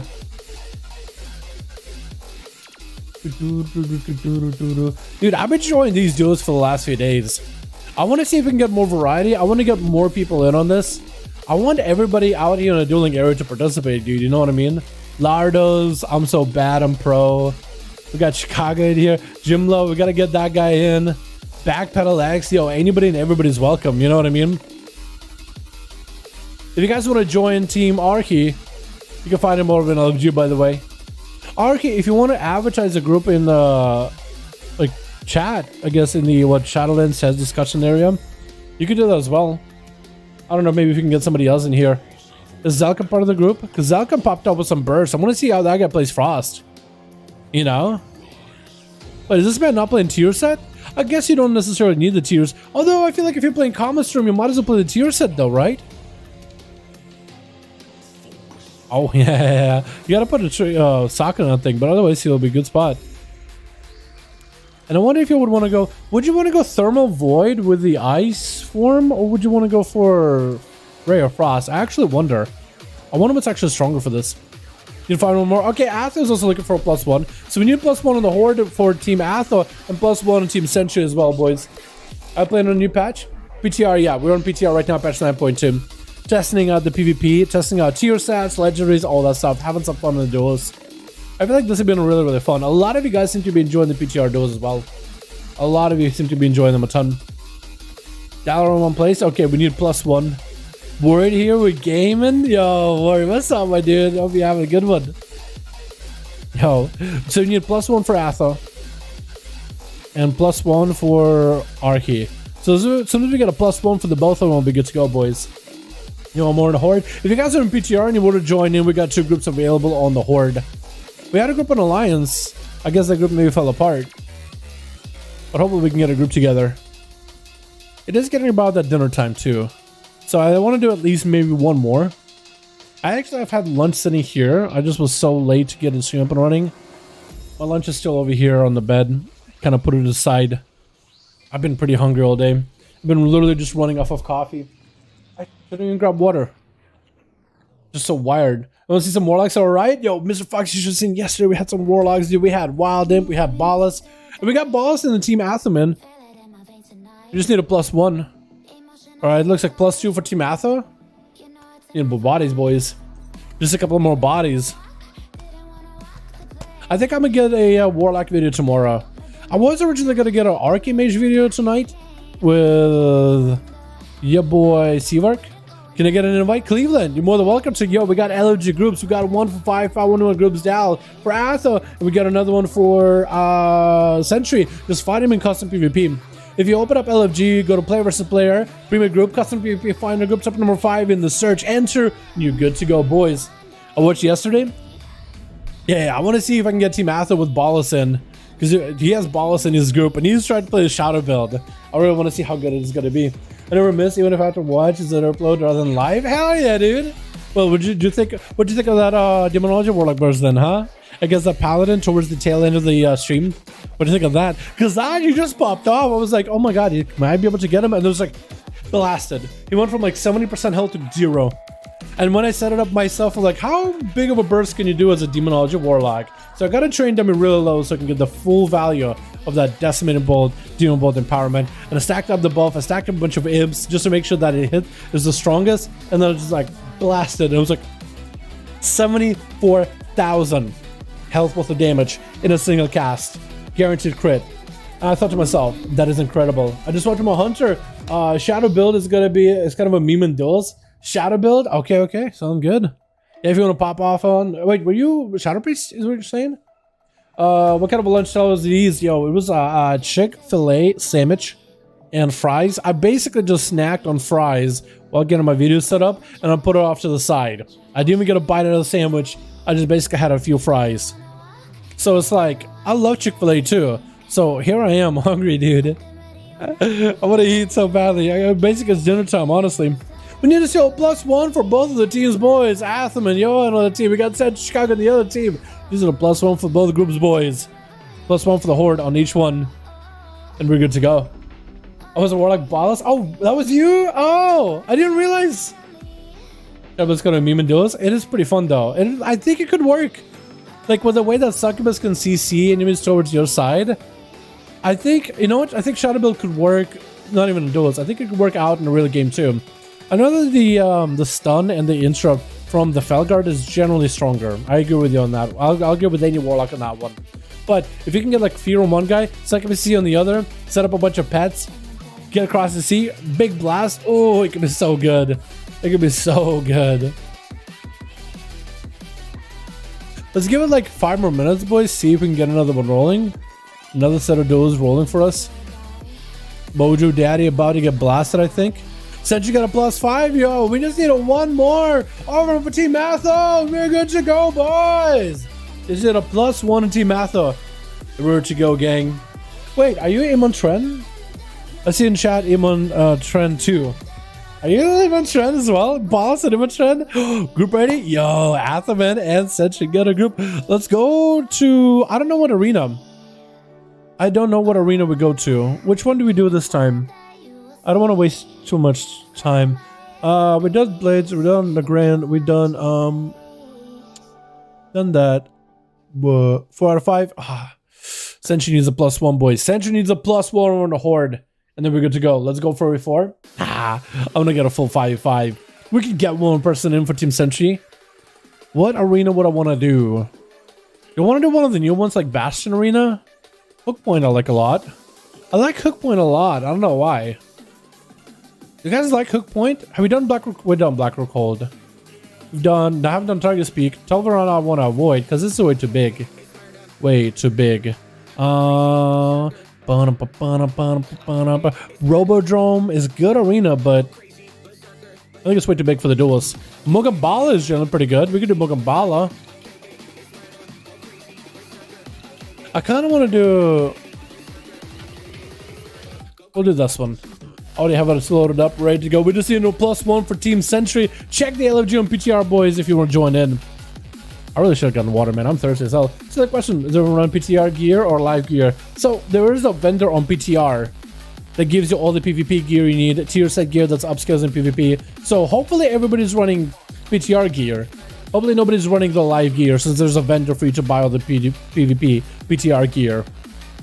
Empyrean Domain, the Carrion Arena. I just want to try it because I don't think we've had a lot of awesome moments in this one. I think there's literally been a handful of cool moments we had in this arena in particular.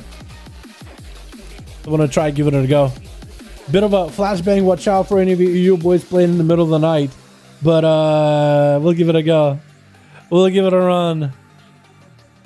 You never know, maybe we'll get some... Oh god, my audio thing is looking wide. There we go. I'm gonna shrink it a little bit. Cool. Got a both mic? Yeah. Hopefully it should be mostly PTR arena, PTR gear. Hopefully it should be PTR gear. Yeah, just do yourself a favor and run PTR gear instead. So make sure that you have all the competitive gear. Yo, Nightmare, yo, we got a hashtag 9 in chat for yet another donable mustache, my guy. Thank you so much. Can we get a hashtag 9, boys? Showing appreciation for the donation, my guy. Thank you so much. I'm gonna go buy some mustache wax with all the donuts with a mustache you're given. Maybe some beard oil on top of it. But Twitch, we got us team 1 together with Chicago Lower in the back. I'm not sure what they're doing. I think try to... Do you get yeeted? Do they just yeet you? Can you stay here forever? What are you doing? Are you gonna get yeeted? I didn't realize it. We got ourselves Mary Jane. We got ourselves Polly Molly. Archie. It looks like first up is gonna be Kronkster versus G-Funk. Opening up on the pet to generate calm points. Looking for that easy kinder shot. It's gonna go for... Oh! Full burst into Kronkster, but tits into a freezing trap. Actually lands a kinder shot. Super unfortunate. Decides, you know what? I cannot shrink it just yet. Waiting for that stun. Gonna be Death Chakra into the rogue. Knocking him back. G-Funk trying to disengage over. That Death Chakra is going to do a bit of damage. Kronkster with evasion. I thought it was advantage for a second, but it's going to be disarmed with G-Funk. It's going to be back-to-back spikes, as the spikes are also going to be on that pet as well. Lots of comp points built up for Kronkster. Trinket coming down, I think, is G-Funk's Spurt Trinket. It's going to be gouged on G-Funk. I think the rogue might have a kidney shot ready to go. Building comp points, another kidney onto G-Funk. Trying to keep the pressure rolling, trying to keep the sustain happening. Quick blind is G-Funk trying to disappear. With a flash scarf for the rogue. Building again more calm points off of the pet. No kidney shot for G-Funk for a while. G-Funk with a feint death. He's super low in health. Needs himself some kind of reset. Turtle Shell is up. Might go for another freezing trap onto Kronkster. At some point is going to have to find a way to disconnect from the rogue. Rogue avoiding that steel trap completely. G-Funk trying to see if he can disengage back into the rogue. Catches him in a kidney shot. Not running over the steel trap. I think G-Funk, it might be over for this boy. Oh, Kronkster backed up for a second. He was like, wait. Quick jab. I want to get himself behind the pillar before Zabu is going to be able to get in. With a full, is that Reckless Abandon? Quick Fear onto Kronkster as he got himself evasion rolling. This is not an arms war, so you can't just overpower him. Banner is up. Get a shot on Zabu. Does he go for a trinket? He does go for the trinket. Kronkster looking to get away, grappling out of it. Maybe a leap for the Zabu. Does get over there. Does he play Reckless Abandon though? If he plays Reckless Abandon, he could use Raging Blows to transform into Crushing Blows. And this way he'll be able to get short charges towards the rogue. Disarm onto the warrior. He's trying to maybe wait until his weapons are back up. He is going to need to build up some resources to maybe start getting himself ignore pains, because the bleeds and the physical damage from the rogue is going to end up being hurtful at some point. Gonna be that recklessness. I think, was that a proc of recklessness? Oh, there is a proc of recklessness. Still hard to tell. He's got so many of those. It's still hard to tell if he's reckless abandon with that thing, but he's getting lots of procs. He does have a lot of rage he's sitting on. I think we're ready for a big rampage stun into the rogue. That's going to be him getting enraged. That's going to also a little bit of the rage offsetting into ignore pain. Blaze Storm with the Tormented King's Legendary does activate recklessness for him. The warrior is super low in health though. Does go for committing shout. Not a lot of heals available. Needs to find a way to CC the rogue, but Kronkster does end up dismantling the warrior literally by dismantling his weapon, taking him apart little by little. With an evasion at the end where there's nothing he can do about it. Iman too. Dropping a flare, scarily close to where the rogue is at. Dropping down flares all over the place with traps littering the arena. It might just go pick up the eye if he doesn't find the rogue fast enough. Kronkster just trying to kind of sit in the corner, trying to just keep it careful. He has no idea where Iman may be, so he's trying to be extra careful, hanging out by the eye. All he knows is there's a flare. somewhere out there for Monster. Randomly flares him out, does find him, doesn't need to pick up the eye, stun immediately onto the rogue, trinkets out of it with a blind onto Monster, forcing the trinket out of the Hunter very, very early. Disarm into a flesh cup. Monster does not have a weapon to muzzle him with. Wait a second. Wait, that's actually a bit of a cheat code. He needs a weapon in order to muzzle him. That is weird. Because the rogue needs a kick. He doesn't need a weapon for kick. You know, Worry needs a fist to pummel. I don't think he needs a weapon to pummel. That's actually kind of a cheat code. Disarmed him with a freebie flesh cup. Nothing you can do about it. Freeze the trap onto Kronxim. At least Monster 2 might be able to survive a little bit of the output out of the rogue. We're just playing this duelist outlaw. Charges over to Imantren. Also has another charge to follow. Turtle shell out for Imantren. Is gonna need to find something in order to give himself some healing. Needs maybe another camo. Needs some sort of freezing trap versus Kronxo for sure. Feign death for a moment. Drop down a trap. Kronxo avoiding those traps completely. It looks like the Hunter does fall. Not a feign death that time, a real death. The rogue has that extra range together with the acrobatic strike, so even if you trap him and you walk away, he still has a few extra yards, a few extra inches on you. He has that reach, even though he's playing with axes, those things have extendo armor. He got the noodle arms. You don't need a weapon to muzzle and no longer, I don't think. Oh, really? Because he hit him with the disarm and popped flesh cap, so I thought that maybe you need a weapon to muzzle, but maybe I'm wrong. Maybe it's just a bit of a misplay from the Hunter then, hard to tell. I guess we'll have to find out, right? I'm actually really interested. I want to see if it's possible. After this one, can somebody disarm me in the game in PTR? I want to see if it's possible to interrupt without a weapon. Big damage into Kronxo. Has on Trinket. Is going to go for a vanish as he escapes from Elfman. Going to be a blind now. Likely going to be a rogue caught out in the AoE. And unless there's going to be a Hodge maybe out of Elfman, that blind could have been really deadly. Disarm to Elfman for a second. Kronxo does get to survive that massive burst out of Elfman. Going to be comp points getting built up. Elfman is going to be able to get out of that one. Ooh, blind with a bubble. Kronxo does not have any way out. Elfman chose to bubble it just to make sure he gets to slam the rogue down. That could have been an easy escape. I couldn't interrupt. Nope. So, okay, after this, we can test it. Because I'm survival of my spectator character. So we can test it out. But it might not be able to. If that's true, then they might need to fix it. I think that's kind of messed up. Imagine being real on your weapon just to land an interrupt. We'll have to test it. He bubbled it. He greeted it. He was like, you know what? I want to take this rogue down. This guy has been dismantling my team. It's up to him. Miseris, I better burn a bubble now. I'll have a... Actually, probably could have burned Bob. So we Hodge out of Chicago. Full final wreck. Chicago's under loads of pressure. It's going to be massive chain harvest to turn it around. Elfman does not have a bubble for Chicago. Only has a blessing of protection. This is why maybe Elfman should have used a bop versus a rogue rather than a bubble. Because now he's a little bit more susceptible to the magic damage of Chicago. Bubble would have made him completely immune. Chicago blasting him all with an alien blast thunder right after. Going to be full shield advantage for Elfman. Given the pressure rolling on that shaman. And Chicago trying to keep the Maelstrom flowing. Ghostos are back in there, trying to keep the Maelstrom and the mana afloat. Big LA blast onto Elfman. And Chicago is going to say maybe it can go for a lightning bolt, but actually not a Necrolord. I keep forgetting. I think the Necrolord, it might be a little bit stronger, just more lightning bolts that can do a ton of damage. I mean, Chain Harvest can really just shred right through you. So it's really just one option over the other. But with PTR testing, I feel like lightning bolts do roughly same damage as Big Chain Harvest, or like a Big Chain Harvest is a Big Chain Harvest. Don't get me wrong, but like lightning bolts are more consistent in a way. So they're roughly same power. Might need more testing. Maybe I'm just making a hot take right now. Elfman with the wings, trying to keep the holy power building. He doesn't have a bubble, so he needs to use everything he can just to survive the damage that's going out. Got himself big Crusader strikes building up little by little. Chicago low with another LA blast versus Elfman. And that's going to be the Thunder Charge to give himself a little bit more cooldown reduction. Ghostos should be up and running soon. Actually, could use them right now, actually. In fact, should be using them on cooldown all the time. Big LA blasted Elfman as he's trying to create some line of sight. Slow onto Chicago.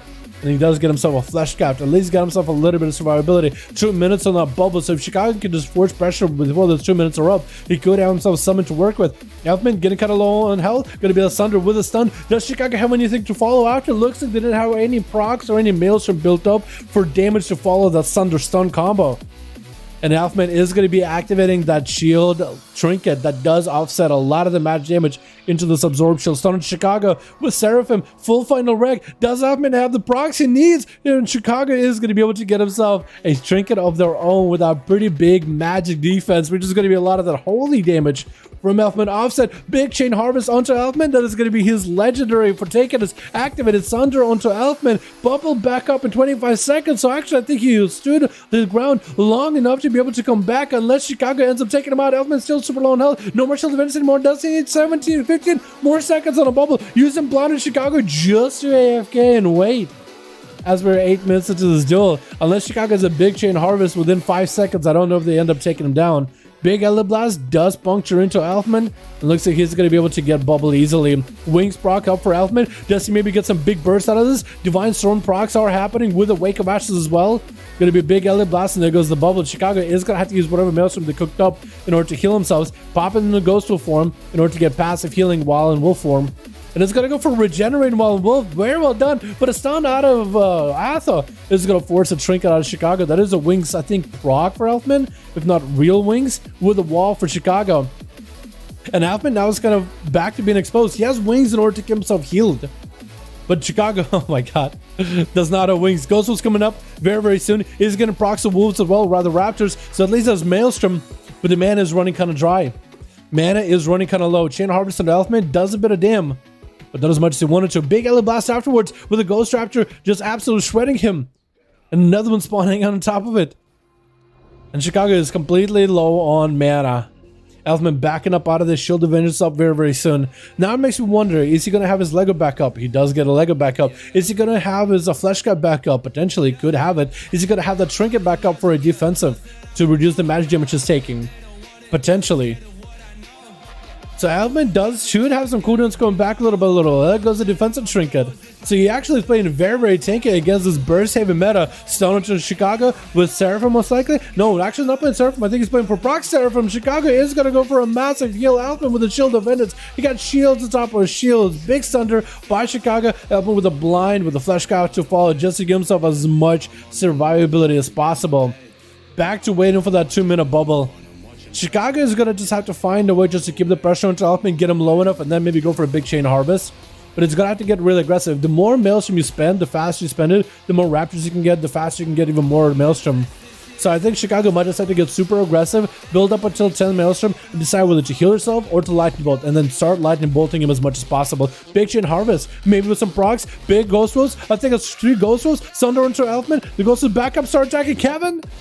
Why are those things attacking Kevin? Oh no. Then 11 minutes into the duel, 37% dampen of the Earth Elemental joins in for Chicago.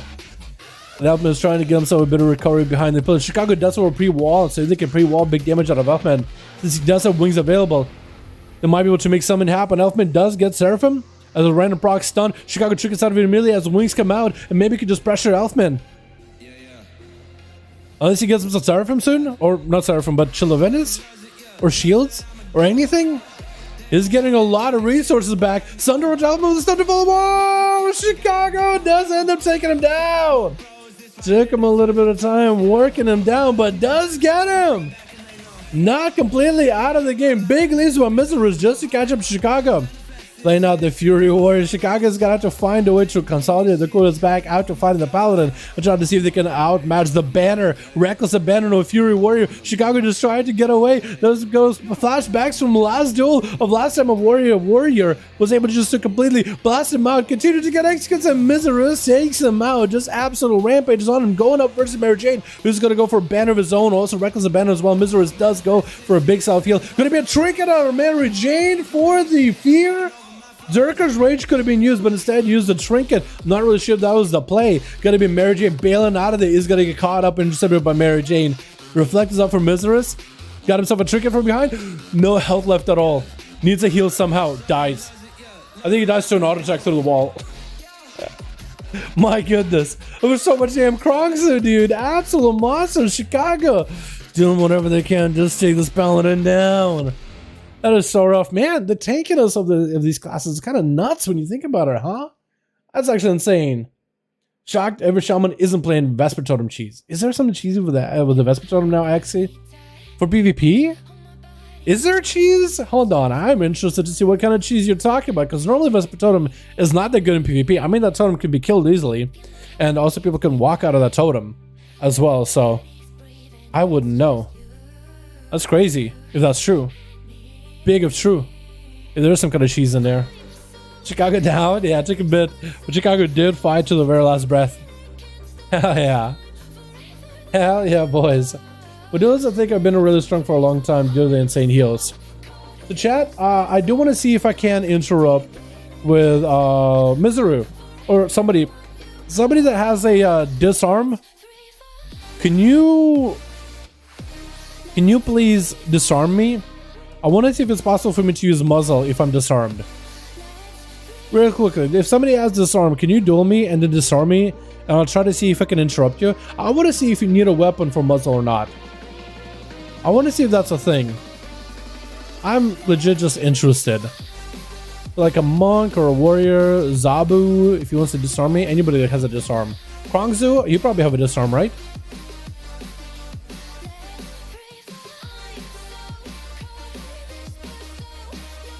Disarm me, please. I want to see if I can muzzle you if you disarm me. Disarm? No, you can muzzle. Okay, that's weird. Okay. Yeah, muzzle did go off. I don't know if it shows up. I think if I did muzzle you, right? I swear to God I did. Okay, so you can muzzle. So maybe there was something else that caused you to not be able to muzzle. Maybe there's some sort of other CC. Maybe there's a gouge at the very end. Maybe there's just a slow. Because you do have to be like right in melee to muzzle. So like if I'm like... kick my shield, evasion. Oh. Oh, okay, so it does interrupt. Okay. Okay, it interrupts. Yeah, so I thought maybe it was evasion or flash scout, but I don't think it was. Disarm? Yeah. Yeah, look, muzzle. So you can muzzle. Unless if you disarm and you muzzle and it just misses.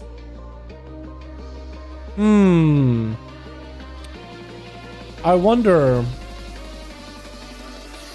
Do animation of muzzle, but it does nothing when disarmed. So I guess what we'll have to do is we'll have to have Krongzu disarm me, start casting Flesh Cap, and I'll try to disarm, muzzle him. Ничего не понял. Я думаю, что muzzle не interrupt когда... Trying to do Russian and English letters. I don't know if Krongzu will understand. Disarmed. I'll see if he understands what I mean here. Yeah. But you guys see what I'm trying to stuff out, right? Evasion, dodge, muzzle them. I thought I did. Yeah, he was evasion with the flesh craft, and I was able to disarm him either way. I think with the warrior parry, you cannot parry into it. But with evasion, I think you can still get interrupted. Because I guess the way evasion versus parry works. Or maybe while you flesh scout, your parry is still out, but evasion isn't out, because there's not a lot of tanks that evasion tank. I think there's parry tanks, but there's not a lot of evasion tanks. Even though flesh scout should let you use all your mitigations. My evasion never seems to work? Yeah, me neither. So if Krongzu disarms me and then starts flesh scouting, then I can maybe interrupt him. Flesh scout?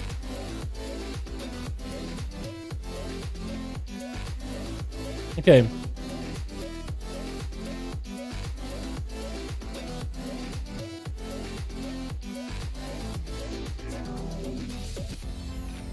Disarm and then flesh scout. I'm seeing if I can get him to disarm me and flesh scout. I want to see if this interrupt works if you are disarmed. Because I am able to interrupt him. Disarm можно в флеш-кафте кидать. Wait, can you disarm while flesh crafting is what he's saying? I could be wrong on that. So disarm me, flesh craft. Okay.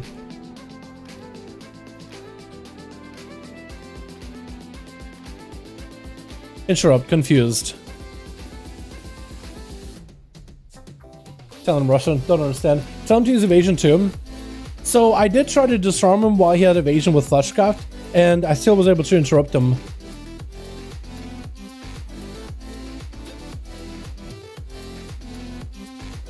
Unless something else happened, and you never really know. I'm not gonna hold this guy up. I'm gonna let him do duels and stuff. Maybe I'm pretty okay. I will say this: I'm pretty sure he had evasion while Fleshcrafting. Pretty sure, and I was able to interrupt him. So maybe he got to be evasion, and I got to be disarmed, and I interrupt while he's Fleshcrafting. Maybe it's like a combination of all those things all at once. Never really know. It's because it's out there you deal damage with evasion as well. Oh, okay, that makes sense actually. So as Outlaw, you will attack whenever you get attacked while the evasion is up. Okay, that makes sense. So you'll interrupt your own Fleshcraft. Oh, that's actually kind of weird. That's actually kind of weird. Yeah, hey Fisker, that's kind of weird. So I wonder what happened then. Huh. So with evasion, I do get attacked, don't I? Hold on, I actually want to see. What happened to me? Pistol shot, main gouge. I don't think I really got hit, but I think it was like a physical hit there. I could be wrong. I could be wrong. Either way, it's so annoying. It is pretty weird, isn't it? Yeah, it is pretty weird. I think somebody said ASAP Love. Hell yeah, brother. Let's go, boys. Alright, gang, that's gonna be it for me. Thank you boys so much for joining. I appreciate you. Hopefully next week, actually next week, should we do live games or should we do more PTR games? What do you guys like more? Do you guys want to do live games next week? I want to do more PTR testing. I feel like if we get some like major updates in PTR with like new PvP talents, I think it'll be totally worth doing PTR again, right? I feel like if we get major updates in PTR, we should do more PTR. But otherwise, I think maybe next week we do some more live games. PTR, you guys like PTR more? Yeah, whatever you guys want to do, man. Hopefully we get an announcement on 9.2 very, very soon, man. Because I don't want everybody to like burn themselves out playing PTR and be like, once PTR comes out, well, holy, so bad. PTR games want to play my Demon Hunter so bad. Yeah, if you guys want to do PTR, I'm down. Because a lot of you guys seem to enjoy PTR duels. A lot of you. I've got messages from you guys, yo, I'm loving the PTR games. This is so fun. Seeing variety, seeing double Legos, seeing how classes are performing. Because the meta feels a little fresher. Like, it's very similar, but it feels fresher. You know? One day live, one day PTR. Okay, well, maybe we'll do that. Maybe we'll do like EU on live games and then PTR for Saturday. So we get a little bit of both, a little bit of variety. Might do something like that in the future. I'm down for it. Yeah, hopefully we'll get like an announcement, you know what I mean? I'm just hoping we get a 9.2 announcement date at this point. Maybe like over the weekend, maybe Sunday we'll get one. You know what would be awesome? If they announce, let me show you. Let me clean up the chat a little bit here. It'll be awesome if they did. Thank you boys so much for coming and joining, by the way. I appreciate you. It'll be cool if they announce like Sunday. Hey, 15th is the release date. So it's like you have like 10 days. That'd be sweet. And then 15th we get patch 9.2. I think they're still doing a lot of updates and a lot of testing for PTR, but like technically tier sets, once their bugs are fixed, are more or less where they want them to be. Technically all the content like Mythic Pluses and the raids have been tested, and players have been joining in for the solo queue testing and PvP stuff. So I don't know if they maybe with this update they'll be doing PvP talents. Like if they're not planning on doing PvP talents, and they're not really planning on doing any more class stuff unless it comes to like tuning for like auras, like tier systems is also going to be pretty impactful on our classes.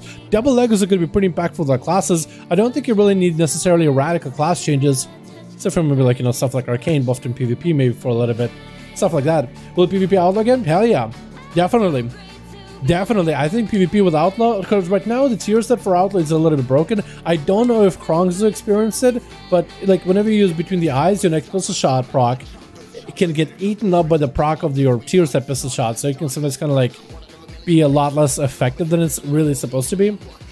But if it stops doing that, if they can fix it, then green skin with this tier set could be pretty good for PvP.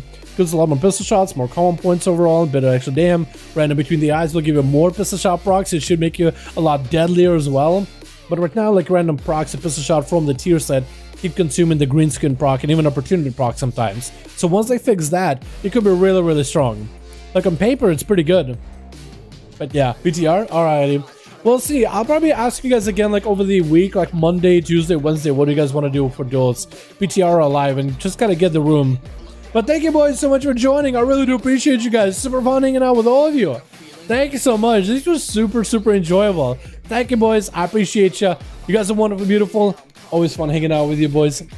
I'll see you guys Monday. Yeah, Sunday's the day off for me. I'm just gonna get some work done, get some videos work done. But otherwise, I'm gonna be chilling. Always be up on Discord if you guys want to check me. If you guys want to hit me up. PTR is like more fun. Yeah.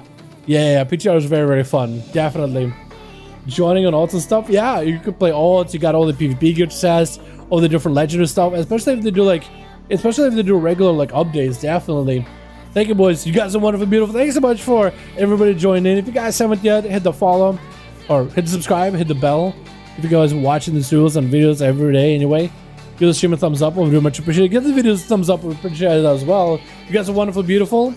You guys have a good one. I'm gonna go finally get some food and fix this hungry tummy of mine. But I'll see you guys Monday, okay? You guys take it easy. Have a wonderful Sunday. Have a good break. I'll see you guys later. Peace.